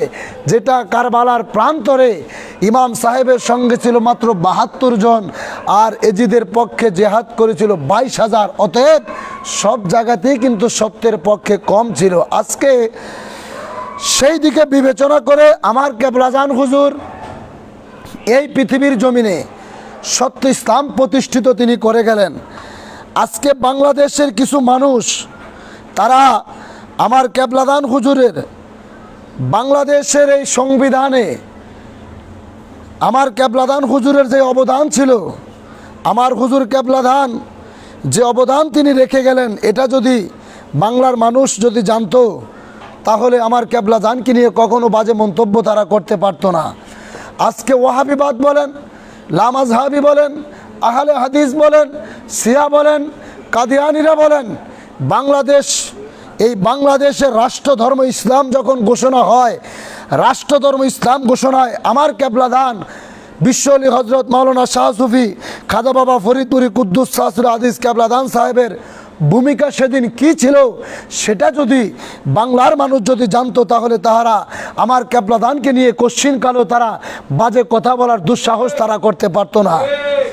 ইতিহাস খুলে দেখো, বাংলাদেশের রাষ্ট্রধর্ম ইসলাম ঘোষণা কার মাধ্যমে হলো, এটার ভিতরে কে সবচেয়ে বেশি অবদান রাখলেন? আজকে যে সমস্ত ওলামায়ে কেরাম, যে সমস্ত মুফতি মুহাদ্দিসরা, যে সমস্ত নামদারি কিছু ভণ্ড আলেমরা মানুষের ইমান বিক্রি করে খাচ্ছে, এরা আমার কেবলাদানকে নিয়ে যে সমস্ত বাজে কথা বলতেছে, আমার কেবলাদানকে নিয়ে যে সমস্ত বাজে কথা, আমার কেবলাদান হুজুরের আওলাদকে নিয়ে, হেজবুল্লাহর মহাইমাম জাকের পার্টির মহামান্য চেয়ারম্যান মহোদয়কে নিয়ে যে সমস্ত কথা তারা বলতে চায়, এদের কথায় কতটুকু সত্যতা আছে একবার তাদেরকে জিজ্ঞাসা করেন যে কয়টা কথার প্রমাণ আছে, কতটা কথার দলিল আছে।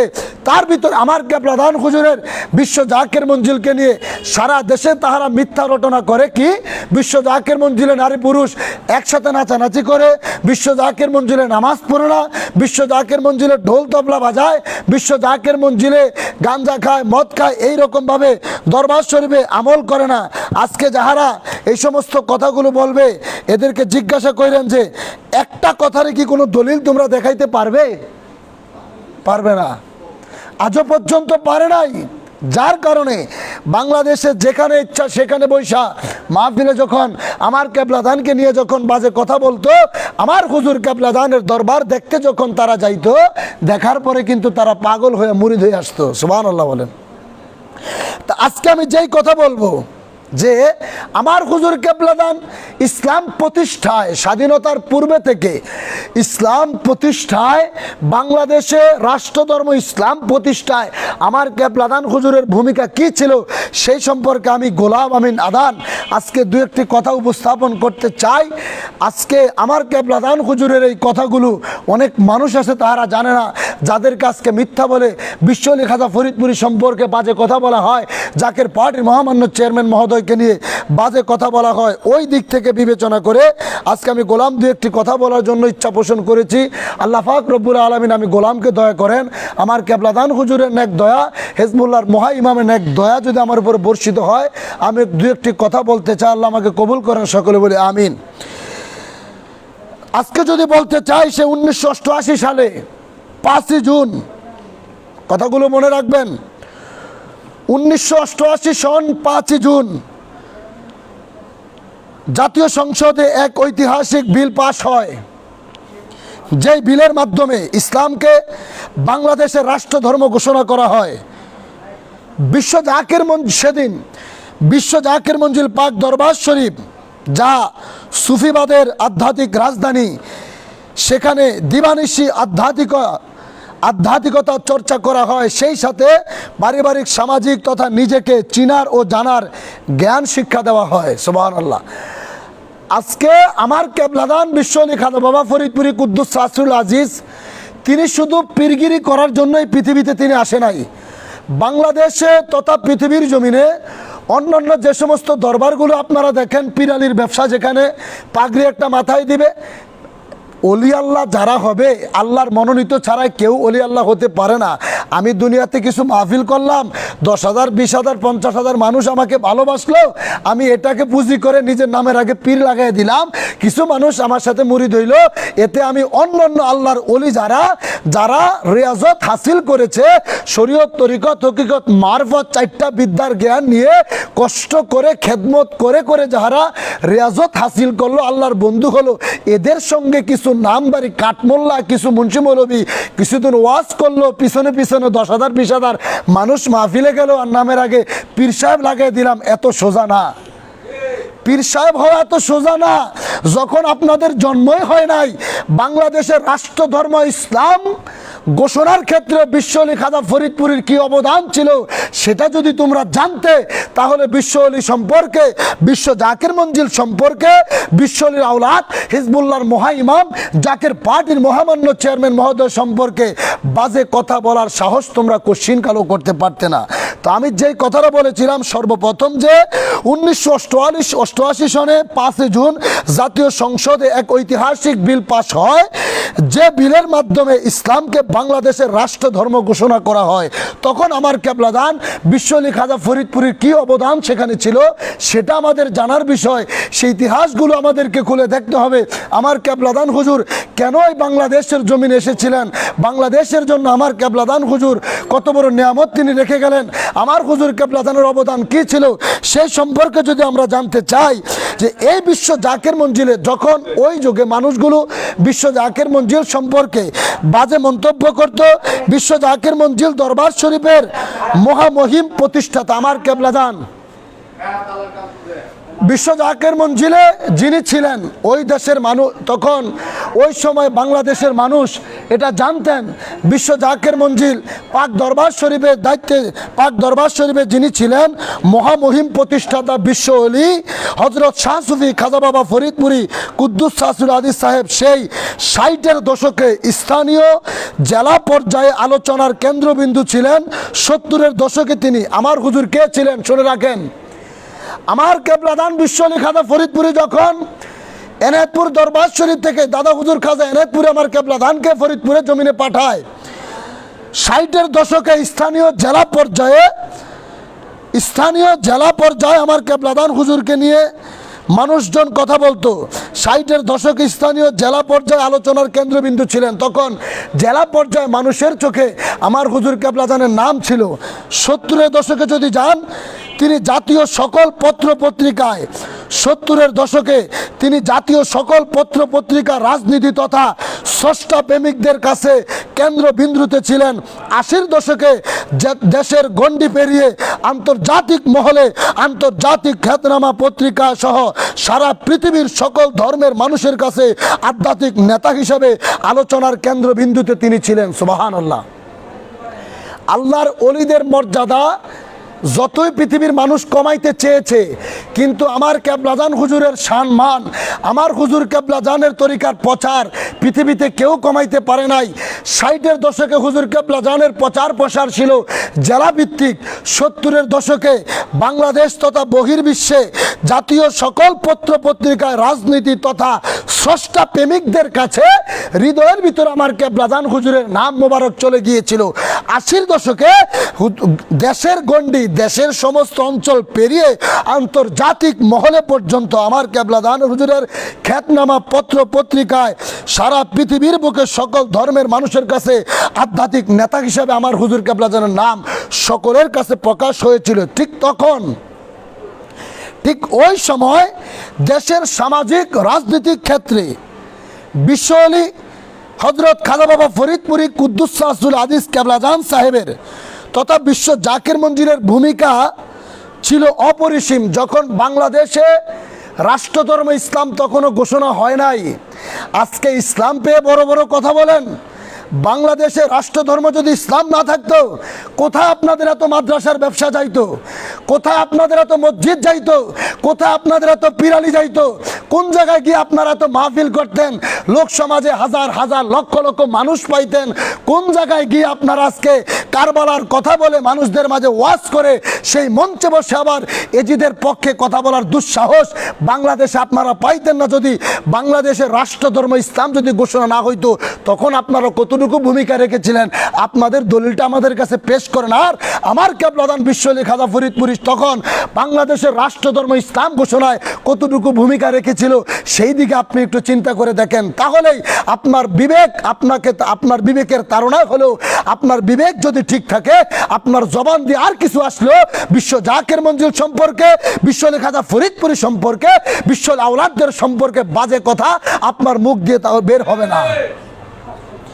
তো বন্ধুগণ, আমার যে কথা বলতেছিলাম, 1971 সালে, বলবেন আজকে কথাগুলো কেন বলি, ইতিহাস জানতে হবে।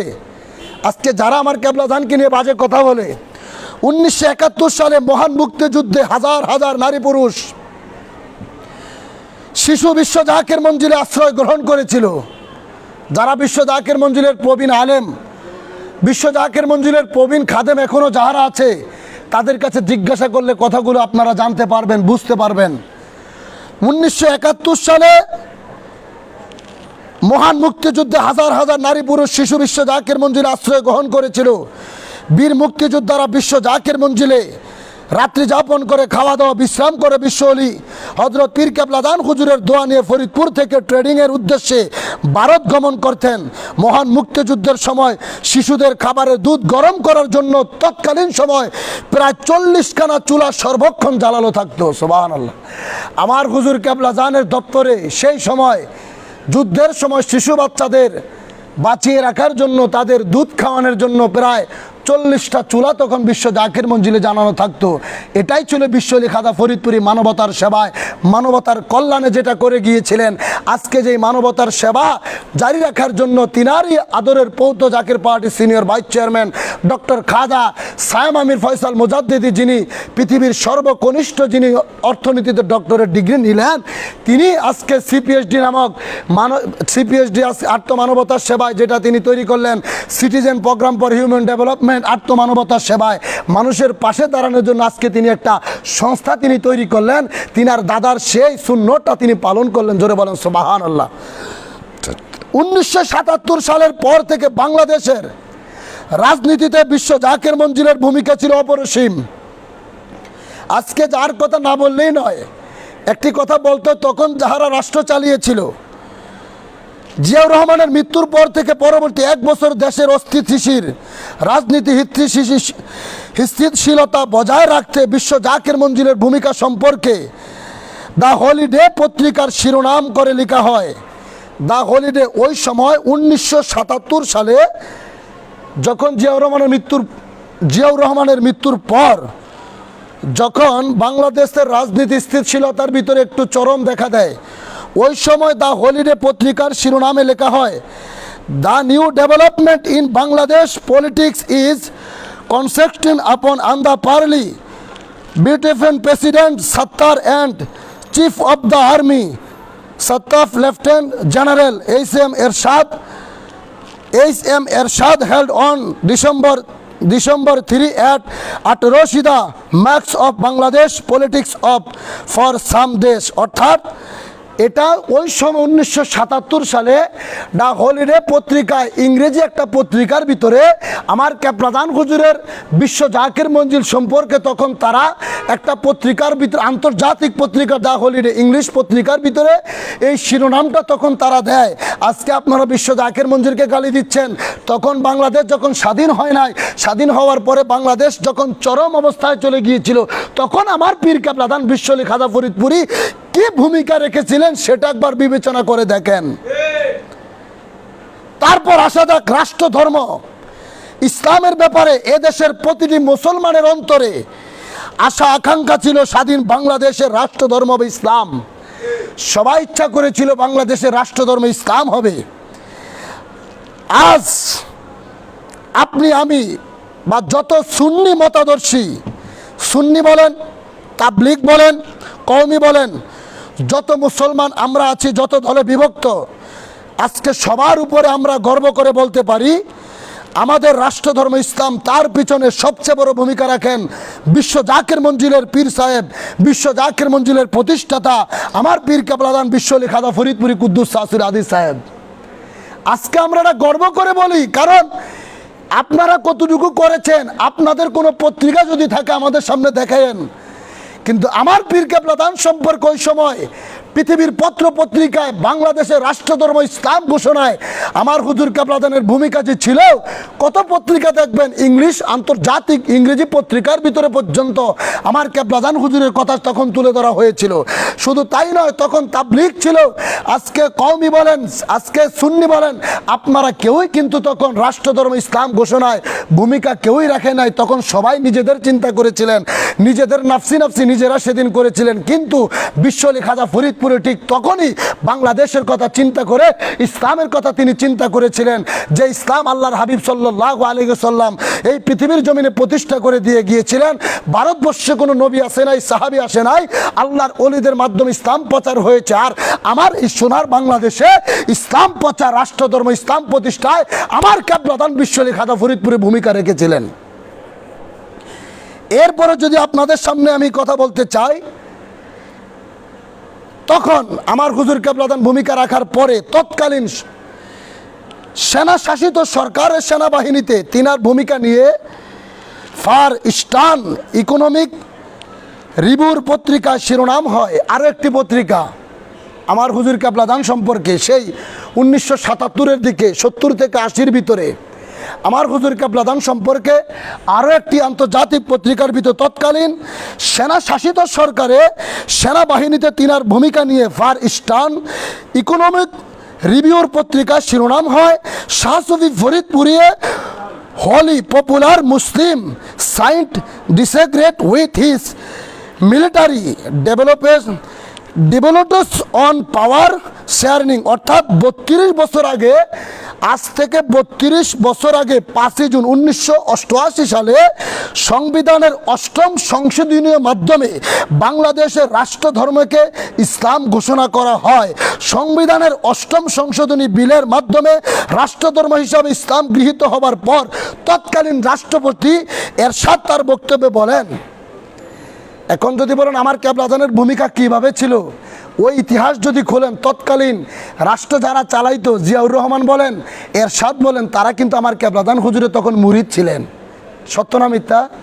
প্রবীণ যারা আছে দরবার শরীফে তাদেরকে জিজ্ঞাসা করবেন ওই সময়কার কথা, যে বাংলাদেশের রাষ্ট্রধর্মকে যখন ইসলাম সংবিধানের 8ম সংশোধনী বিলের মাধ্যমে রাষ্ট্রধর্ম ইসলাম যখন ঘোষণা করা হবার পর তৎকালীন রাষ্ট্রপতি এরশাদ তার বক্তব্যে বলেন, তিনি এরশাদ বলতেছে, আমি আমার মুর্শিদ বিশ্ব জাকের মঞ্জিলের পীর হজরত ফরিদপুরি কেবলাদান হুজুরের শিক্ষায় এই পদক্ষেপের অনুপ্রেরণার উৎস হিসাবে নিয়েছি। তিনারই কারণে আজকের স্বাধীন বাংলাদেশের রাষ্ট্রধর্ম ইসলাম। মারহাবা বলেন না? তখন আমার হুজুর কেবলাদানের মুরিদ থাকা অবস্থায় তিনি সংসদে বলেছিলেন, রাষ্ট্রধর্ম যে ইসলাম করতে হবে, এটা আমি আমার পীর বিশ্ব জাকের মঞ্জিলে যিনি আছেন বিশ্ব আলী খাজা ফরিদপুরি তিনারই হুজুরের শিক্ষায় পদক্ষেপের অনুপ্রেরণায়, তিনার অনুপ্রেরণায় উৎস হিসাবে নিয়েছি। তিনার অনুপ্রেরণাটাকে আমি আমার কাজের উৎস হিসাবে গ্রহণ করেছি। তিনার কারণে আজকের স্বাধীন বাংলাদেশের রাষ্ট্রধর্ম ইসলাম ঘোষণা করা হয়েছে। মারহাবা বলেন। তাহলে আমার হুজুর কেবলাদান কে ছিল? আমার হুজুরের কথায় রাষ্ট্রধর্ম ইসলাম করার জন্য তখন যারা রাষ্ট্র চালিয়েছে তারা আমার হুজুরের কথা শুনেছে। আল্লাহর অলিদের কথা যতদিন শুনবে ততদিন মাথায় রাজমুকুট থাকবে। যখন আল্লাহর অলিদের সঙ্গে বেয়াদবি করবে কখনো, তখন কিন্তু আল্লাহ আবার সেই রাজমুকুট ছিনিয়ে নিয়ে যায়। তা আমি যেই কথা বলতে চেয়েছি, যে আজকে যাহারা বিশ্ব জাকের মঞ্জিল নিয়ে, জাকের পার্টি নিয়ে, হেজবুল্লাহর মহা ইমামকে নিয়ে, আমার কেবলাদানকে নিয়ে যাহারা বাজে কথা বলতে চান, আপনারা একবার স্বাধীনতার পূর্বের কথাগুলো চিন্তা করেন। যেই সোনার বাংলাদেশে রাষ্ট্রধর্ম ইসলাম পেয়ে এত বড় বড় কথা বলতেছেন, মসজিদের সামনে দাঁড়িয়ে বুক ফুলিয়ে কথা বলতেছেন, ওয়াজ নসিহত করতেছেন, রাষ্ট্রধর্ম যদি ইসলামী না হইতো তাহলে আজকে আপনি এই কথা বলার সাহস কোথায় পাইতেন? সেদিন আপনারা কেউই ছিলেন না। অতএব এই বিল মহান সংসদে পাশ হবার পর দিন, এই বিলটা যেদিন সংসদে পাশ হয়, রাষ্ট্রপতি এরশাদ তখন এবং তৎকালীন প্রধানমন্ত্রী ও সংসদ নেতা মওদুদ আহমদ বিশ্ব জাকের মঞ্জিলে গমন করে হজরত পীর কেবলাদান হুজুরের কদমে তাদের ব্যক্তিগত শ্রদ্ধা ব্যক্ত করেন। আমার হুজুর কেবলাদান সংসদে আসে নাই। আমার হুজুর কেবলাদানের হুকুমে, আমার কেবলাদানের তাওয়াজ্জুর বদলেতে, আমার কেবলাদানের ইচ্ছায় রাষ্ট্রধর্ম ইসলাম তারা ঘোষণা করার পর, তারা তখন বাংলাদেশ যারা চালাইতো তারা সবাই সংসদে রাষ্ট্রধর্ম ইসলাম ঘোষণা করার পরের দিন আল্লাহর ওলি আমার কেবলাদানের কদমে গিয়েছিলেন দোয়া চাওয়ার জন্য, দোয়া আনার জন্য। এটাই ছিল বিশ্ব আলী খাজা ফরিদপুরি। আজকে তাকে নিয়ে আপনারা কথা বলেন, ইতিহাসগুলো খুলে দেখবেন। এরপরে বিশ্ব জাকের মঞ্জিলের অপরিসীম ভূমিকায় সংবিধানের 8ম সংশোধনী বিল দ্বারা ইসলামই কেবল রাষ্ট্রীয় ধর্ম হিসাবে স্বীকৃত পায়নি, একই সঙ্গে এই বিলে অন্যান্য সকল ধর্ম প্রচার ও পালনের অধিকারও স্বীকৃতি পেয়েছে। সংবিধানের 8ম সংশোধনী বিল এদেশের ভাষাভিত্তিক জাতীয়তাবাদের প্রবক্তাদের সমস্ত উদ্দেশ্য ব্যস্ত দিয়েছে। সুফি ইসলামের তাৎপর্য এই যে আদর্শ ভিত্তি করেই ইসলামের সার্বজনীন আদর্শ বৃহত্তর জনগোষ্ঠীর ঐক্যর যেমন ভিত্তি হবে, তেমনি স্বাধীন জাতিসত্তার ধারা সৃষ্টি করে এদেশের ইতিহাসে অবিস্মরণীয় হয়ে থাকবেন বিশ্ব জাকের মঞ্জিল পাক দরবার শরীফের মহামহিম প্রতিষ্ঠাতা বিশ্ব আলী খাজা বাবা ফরিদপুরি কুদ্দুস সাসির আদিস কেবলাদান সাহেব। তখনকার মানুষ বলেছিল এই দেশের ইসলাম, রাষ্ট্রধর্ম ইসলাম প্রচারে বিশ্ব জাকের মঞ্জিলের প্রতিষ্ঠাতা বিশ্ব আলী খাজা ফরিদপুরি কুদ্দুস সাহসুল আজিজ, তিনার অবদান কিয়ামত পর্যন্ত মানুষ মনে রাখবে। রাষ্ট্রের ভিতরে তিনার নাম, এই দেশের মানুষ, মুসলিম সমাজ তাকে কিয়ামত পর্যন্ত তার কথা মনে রাখবে। সেই কারণে আজকে বাংলাদেশের ভিতরে তখন সংবিধানের 8ম সংশোধনী বিল পাস হওয়ার পর বিশ্ব জাকের মঞ্জিল পাক দরবার শরীফে শুকরানা মিলাদ শরীফ ও মুনাজাত অনুষ্ঠিত হয়। তখন দেশের খ্যাতনামা বিভিন্ন পত্র পত্রিকা শিরোনাম করা হয় এভাবে। ওই সময় বাংলাদেশে যখন রাষ্ট্রধর্ম ইসলাম ঘোষণা করা হয়েছিল, তখন আমার কেবলাদান হুজুরের দপ্তরে শুকরানা মিলাদ মাহফিল দোয়া মুনাজাত করা হয়। ওই সময় পত্রিকার ভিতরে এইভাবে শিরোনাম করা হয়েছিল, 9 কোটি মুসলমানের আশা পূরণ হয়েছে, আট্টশির পীর সাহেব দৈনিক ইনকিলাব। সুবহানাল্লাহ। ওই সময় যখন বাংলাদেশে রাষ্ট্রধর্ম ইসলাম ঘোষণা হওয়ার পর বাংলাদেশের রাষ্ট্রপতি এবং যারা ছিল তারা যখন বিশ্ব জাকির মঞ্জিলে গেলেন কেবলাদানের কাছ থেকে দোয়া নেওয়ার জন্য, তখন বিশ্ব জাকির মঞ্জিলের শুকরানা রাষ্ট্রধর্ম ইসলাম হওয়াতে শুকরানা মিলাদ মাহফিল দোয়া মুনাজাত হয়েছিল। সেই মিলাদ মাহফিল দোয়া মুনাজাতের কথা ওই সময় একটি পত্রিকার ভিতরে এইভাবে লেখা হয়, হেডলাইনটা যে 9 কোটি মুসলমানের আশা পূরণ হয়েছে, আট্টশির পীর সাহেব। 9 কোটি মুসলমানের আশা পূরণ হয়েছে, আট্টশির পীর সাহেব। হেডলাইন, তারিখটা ছিল কবে? দৈনিক ইনকিলাব 20 জুন 1988 সাল। দৈনিক ইনকিলাব জাতীয় পত্রিকা 1988 সনের জুন মাসের 20 তারিখে এই পত্রিকাটা খুলে দেখেন। আজকে যদি অনলাইন থেকে বের করেন সেই পত্রিকাটার ভিতরে আজকে বিশ্ব জাকের মঞ্জিলের পীর সাহেবের নাম আপনারা দেখতে পাবেন যে বাংলাদেশের সংবিধান ইসলাম করতে গিয়ে তিনার অবদান সেদিন কী ছিল। তো আমার কেবলাজান এই দৈনিক বাংলা 20 জুন 1988 সালের তাদের পত্রিকায় আর্টিকেলে লিখেন, দৈনিক ইনকিলাবে লেখেন যে 9 কোটি মুসলমানের আশা পূরণ হয়েছে, আট্টশির পীর সাহেব। হেডলাইন, দৈনিক বাংলা পত্রিকায় 20 জুন 1988 সালের তাদের পত্রিকায় আর্টিকেলে লিখেন, বিশ্ব জাকের মঞ্জিলের পীর সাহেব হজরত মাওলানা শাহ সুফি ফরিদপুরি কুদ্দুস মাজ্জাদুল্লাহুল আজিজ ইসলামকে রাষ্ট্রধর্ম ঘোষণায় আল্লাহ তাআলার দরবারে শুকরিয়া আদায় করে বলেছেন, ভিন্ন ধর্মাবলম্বী। আজকে জাকের পার্টির চেয়ারম্যান কিছুদিন আগে এক সংবাদ সম্মেলনে হিজবুল্লাহর ইমামকে প্রশ্ন করেছিল, আপনি ইসলাম ধর্ম ব্যতীত যারা আছে ধর্মাবলম্বী তাদেরকে আপনি সংখ্যালঘু কি মনে করেন? জাকের পার্টির চেয়ারম্যান বলেছিল, সংখ্যালঘু কথাটাকে আমি সাপোর্ট দেই না, এটা আমার কাছে খারাপ লাগে, কারণ তারাই দেশের নাগরিক। যেই কথা 1400 বছর আগে নবীজি বিদায় হজের ভাষণে বলেছিল, লাকুম দিনুকুম ওয়ালিয়া দিন, ধর্ম নিয়ে মারামারি করো না, যার যার ধর্ম তার কাছে। ধর্ম নিরপেক্ষ আইন তৈরি করা হয়েছিল। একটা রাষ্ট্র কায়েম হবে, কয়েকটা বাড়ি দিয়ে একটা গ্রাম হয়, কয়েকটা পরিবার দিয়ে একটা বাড়ি হয়, কয়েকটা বাড়ি দিয়ে একটা গ্রাম হয়, কয়েকটা গ্রাম দিয়ে একটা ইউনিয়ন হয়, কয়েকটা ইউনিয়নে একটা থানা হয়, কয়েকটা থানা একটা জেলা হয়। 64টা জেলা আজকে বাংলাদেশের একটা দেশ, আর কয়েকটা জেলাতে একটা বিভাগের রাষ্ট্র হলো, কয়েকটা দেশ মিলে একটা রাষ্ট্র তৈরি হয়।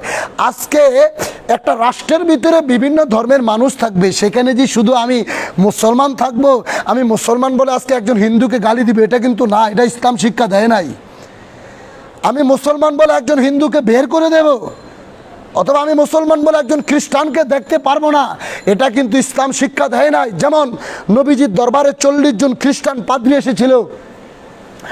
আল্লাহর হাবিব সাল্লাল্লাহু আলাইহি ওয়াসাল্লামের কাছে সময় খুব কম, বিশাল ইতিহাস নিয়ে কথা ধরেছিলাম, সময় স্বল্পতার কারণে সংক্ষেপে বলতে হচ্ছে। নবীজির দরবারে যখন 40 জন পাদ্রী আসছে, আল্লাহ নবীর সঙ্গে তারা কথা বলবে।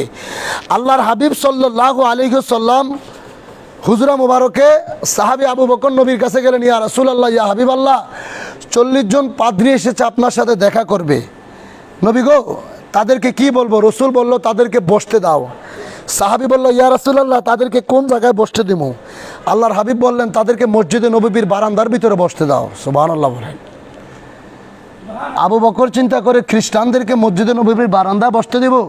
আল্লাহ রসুলের কথা মতো গেলেন, বলে তোমাদেরকে বসতে বলেছে। রসুল কি বলেছে? যে আপনাদের সবাইকে বলেছে মসজিদে নববীর বারান্দার ভিতরে বসতে। সুবহানাল্লাহ বলেন। খ্রিস্টানদের ভিতরে, তাদের ভিতরে একটা প্রেম জেগে গেল। তারা চিন্তা করলো, আমরা খ্রিস্টান যারা, সুন্দরদের গির্জা হয় আলাদা, কালোদের গির্জা আলাদা। কালোরা সুন্দরের গির্জা যায় না, সুন্দররা কালোদের গির্জায় যায় না।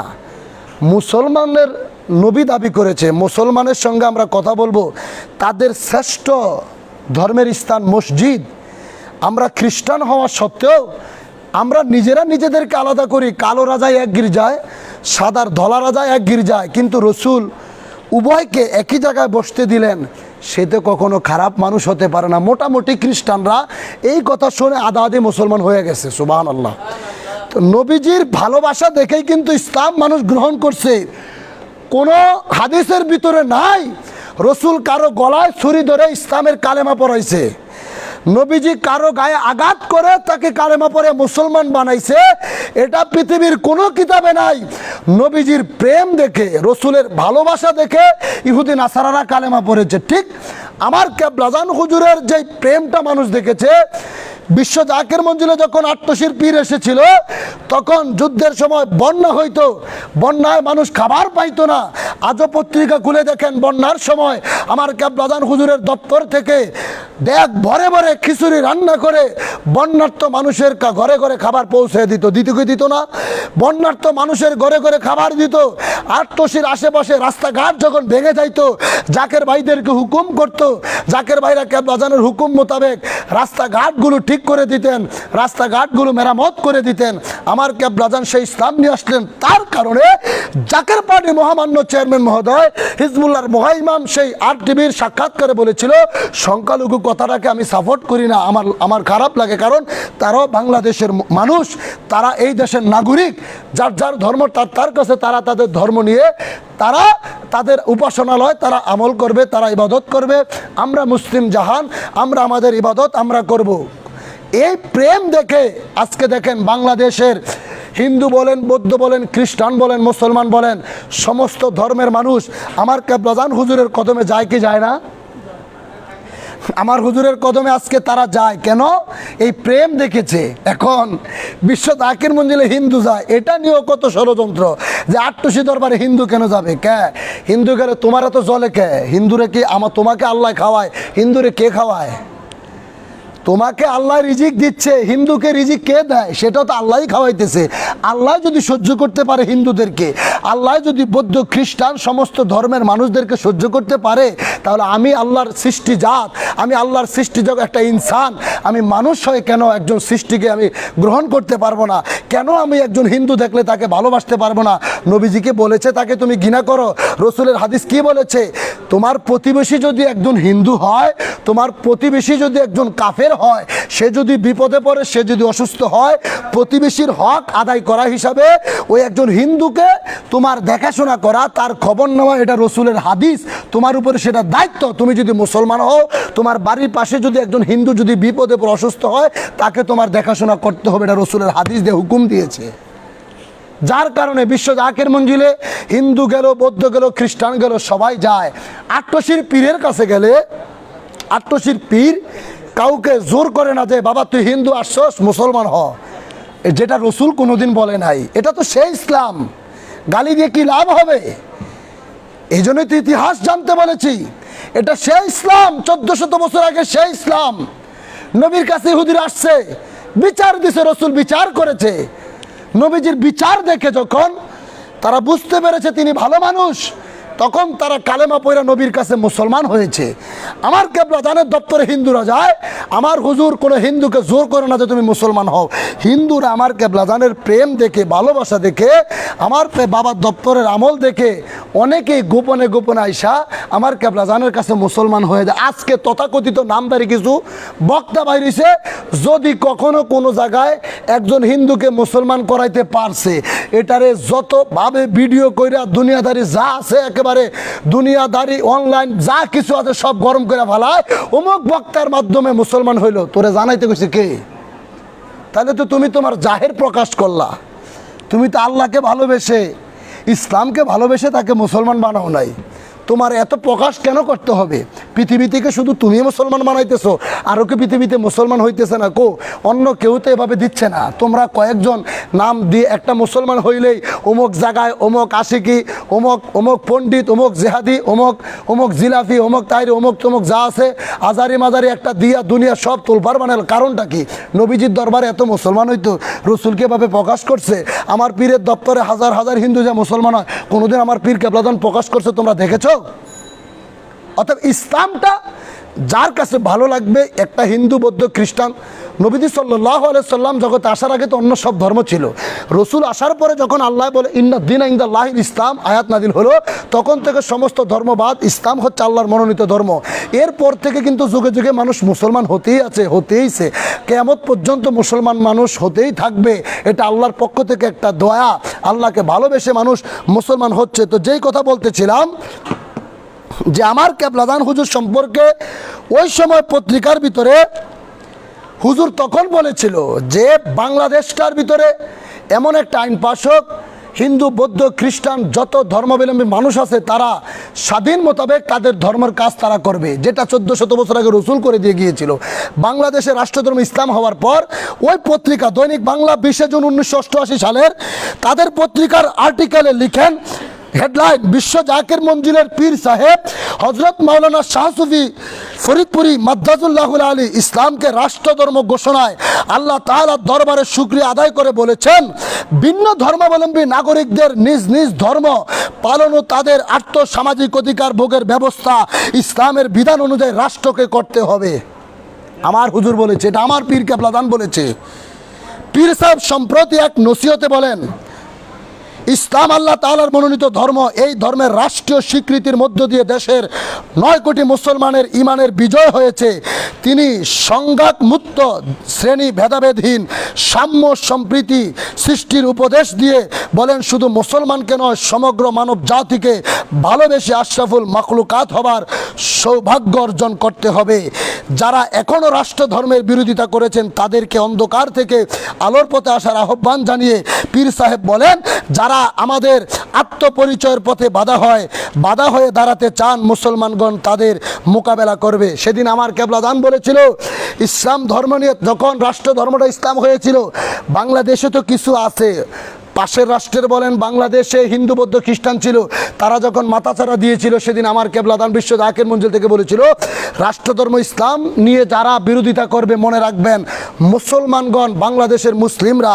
আমার কেবলাদান হুজুর বলেছিল যে জানিয়ে আসার আহ্বান যখন জানিয়েছে, অন্য ধর্মের অন্ধকার থেকে আলোর পথে আসার আহ্বান জানিয়ে পীর সাহেব বলেন, যারা আমাদের আত্মপরিচয়ের পথে বাধা, আমাদের ধর্মের পথে যারা বাধা হয়ে দাঁড়াতে চান মুসলমানগণ তাদের মোকাবেলা করবে, মানে আমরা তাদের মোকাবেলা করব। আমার কেবলাদান সে 80-র দশকে বলে গিয়েছে। আজকে আপনারা এত বড় বড় কথা আমার কেবলাদানকে নিয়ে এত কথা বলেন, যার কারণে আজকে আমরা আপনাদের সামনে নয় তামাম পৃথিবীর সামনে বুক ফুলিয়ে গর্ব করে আমরা বলতে পারি, বিশ্ব জাকির মঞ্জিল শুধু মাত্র পীর মুরিদের জন্য নয়, এখানে মানুষকে সত্যিকারের মানুষ হওয়ার শিক্ষা দেওয়া হয়, পারিবারিক বন্ধন, সামাজিক বন্ধন, রাষ্ট্রীয় সম্প্রীতির শিক্ষা দেওয়া জাকির পার্টির কাজ, জাকির পার্টির চেয়ারম্যান হিজবুল্লাহর মুহাইমামের কাজ। আজকে আমরা তামাম পৃথিবীর মানুষের সামনে বুক ফুলিয়ে বলতে পারি, কথা বলেন ঠিক কিনা? যার কারণে আজকে আমরা যেখানেই যাই সেখানে গিয়ে আমার কেবলাদান হুজুরের কথা আমরা বলতে পারি, একটু আমরা ভয় পাই না। কারণ রাষ্ট্রধর্ম ইসলাম করতে গিয়ে আমার কেবলাদানের ভূমিকা ছিল অপরিসীম।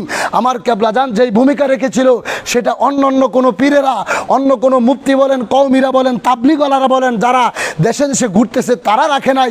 আজকে এতভাবে দেশে দেশে ঘুরতে পারতেন না যদি রাষ্ট্রধর্মটা ইসলাম না হইতো।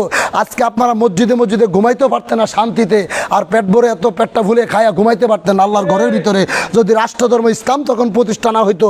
ইসলাম প্রতিষ্ঠা আমার কেবলাদান সেদিন ভূমিকা রেখেছিল বলেই আজকে বাংলাদেশে আপনারা রাষ্ট্রধর্ম ইসলাম পেয়েছেন। তাই আজকে আলোচনার শেষ কেন্দ্রবিন্দুতে এসে আমি আপনাদেরকে বলতে চাই, সেই প্রেম যদি আবার জাগাইতে হয়, সেই প্রেম যদি আবার ফুটিয়ে তুলতে হয়, আমার কেবলাদান হুজুরের একটি ইসলামিক সংগঠন, রাজনৈতিক দল জাকির পার্টির পতাকার তলে আপনারা আসেন। দলমত নির্বিশেষে ভেদাভেদ ভুলে গিয়ে হুসাইনি কাফেলাকে যদি আবার সামনে নিতে চান, হুসাইন ইসলামের পতাকা যদি আকাশে বাতাসে উড়াইতে চান, আমার কেবলাজান হুজুরের আওলাদ এই জমানায় হিজবুল্লাহর মহাইমাম, আমার কেবলাজান হচ্ছে জাকের পার্টির মালিক, আমার হুজুর কেবলাজান তিনার পীরের মাধ্যমে আসমানি জগতে যেই পার্টিটা ছিল সেই দলটাকে হিজবুল্লাহ নাম দিয়ে জগতে নামিয়ে আনলেন। সেই পার্টির মালিক হচ্ছে বিশ্বলি খাজা ফরিদপুরি। আমার হুজুরের পক্ষ থেকে এই দলের ইমাম হচ্ছে হিজবুল্লাহর মহাইমাম, জাকের পার্টির মহামান্য চেয়ারম্যান পীরজাদা আলহাজ খাজা হযরত মুস্তাফা আমির ফয়সাল মুজাদ্দিদি। তিনার কদমে আসতেই হবে, যদি বাঁচতে চান তিনার কদমে আসতেই হবে, আসতেই হবে, আসতেই হবে। তা না হলে এই মুসিবতের জমানায় ইমানকে ঠিক রাখতে পারবেন না, ইমান ঠিক রাখতে পারবেন না। যেই বাজে নামদারি কুখ্যাত আলেমেরা, পীর সাহেবরা, বাবার পোলা ষাটটাই পীর সাহেব হয়েছে, এখন কার কাছে কামালিয়াত দিয়ে গেছে কেউ জানে না। কি বলবো, ইতিহাস সময় কম। বাপ যেমন ছিল ছেলে তেমনই হয়েছে, মিথ্যাবাদী, পেতাত্তা, মিথ্যা কথা বলে। ওর বাবাও বলে গেছিল যে আট্টশীর পীর যদি বিশ্ব জাকির মঞ্জিল থেকে বাইর হয়ে অন্য কোথাও যায় থাকতে পারে, সে নাকি তার মুরিদ নিয়ে সব আইসা বিশ্ব জাকির মঞ্জিলে মুরিদ হইব। আল্লাহর বান্দা এই দুনিয়া তার কথা রাখে না, ওয়াদা বরখেলাপ করছে, ওয়াদা ভঙ্গকারী হচ্ছে মুনাফেক। ওয়াদা ভঙ্গকারী মুনাফেকের একটা আলামত ওয়াদা ভঙ্গ করা, মিথ্যা কথা বলা। তোর বাবা বাইসা থাকতে মিথ্যা কথা বইলা মারা গেছে, এখন তার ছেলেরা কতটুকু ভালো হইব? যার কারণে আজকে আইসা মসজিদে বৈশা এজিদের পক্ষ ওকালতি করে। কত বড় হারামজাদা! মসজিদে বৈশা এজিদের পক্ষ ওকালতি করে, মসজিদে বৈশা এজিদকে হাফেজ বলে। বাপরে বাপ! এজিদকে কত বড়, এজিদকে তাবির মর্যাদা দিতে চায়, এজিদকে 100 রাকাত নফল নামাজ পড়ছে বলতে চায়। অত হাফেজ কোনো লাভ নাই। ওই কারবালার প্রান্তরে 22,000-এর ভিতরে 7,000 হাফেজ ছিল, 3,000 মুফতি ছিল। গতকালকেও বলেছি, তার আগের দিনও বলেছি। কিন্তু ইমাম হোসাইন বিদায়বেলা বলেছিল, তোমাদের ভিতরে কি একটাও মুসলমান নাই? তো যদি হাফেজ হইলে ইমানদার হইতো, যদি আমাদের চাইতে কোরআন পণ্ডিত, আমরা মুসলমানরা যতটুকু কোরআন জানি, আমাদের চাইতে পণ্ডিত ছিল হিন্দু গিরিশচন্দ্র সেন, যিনি সর্বপ্রথম কোরআনের তর্জমা করে গেছে। কথা বলে না? কোরআনকে আজকে আপনি পণ্ডিত গিরে দেখান, কোরআনের সর্বপ্রথম তর্জমা করছিল গিরিশচন্দ্র সেন, যিনি হিন্দু ছিল। হে জানছে কিন্তু মানে নাই, তার মাগার কোনো লাভ নাই, ইমান নাই। জানার নাম ইমান না, মানার নাম ইমান। সে কোরআনের তর্জমা করছে কিন্তু মুসলমান হয় নাই, কোনো লাভ আছে? মরার পর আগুন দিয়ে জ্বালায় পরে সারখার করে দিছে। তো তুমি যত বড় পীর সাহেবের আওলাদ দাবি করো, নামের আগে যতই পীর লাগাও, যতই পান খাওয়ার ওয়াজ করো, কোনো লাভ নাই। তুমি যতই পীর সাহেব লাগাও না কেন, তুমি যে এজিদের গোষ্ঠী, এজিদের চামচা, তার প্রমাণ হয়েছে রসুল হাদিসে বলেছে, তুমি জগতে যাকে ভালোবাসবে হাসর তোমার তার সাথে হবে।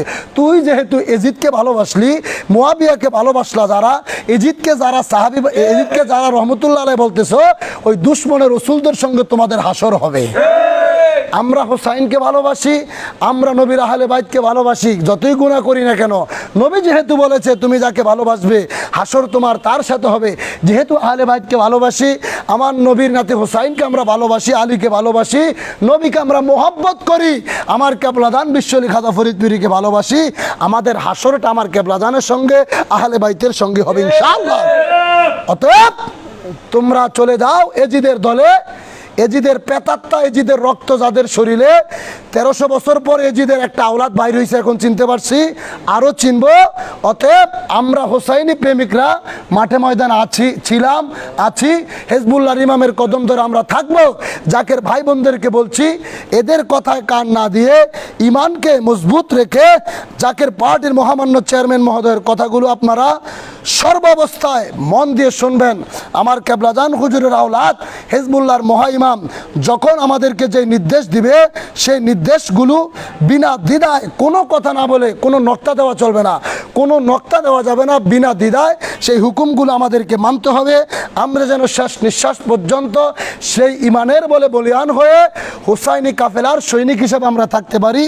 এই দয়া ভিক্ষাতে আমি গোলাম আমার আলোচনা আজকের মতো এখানেই শেষ করলাম। ওয়াখিরু দাওয়ানা আনিল হামদুলিল্লাহি রাব্বিল আলামিন। আসসালামু আলাইকুম ওয়া রাহমাতুল্লাহি ওয়া বারাকাতুহু। ওয়ালাইকুম আসসালাম ওয়া রাহমাতুল্লাহি ওয়া বারাকাতুহু।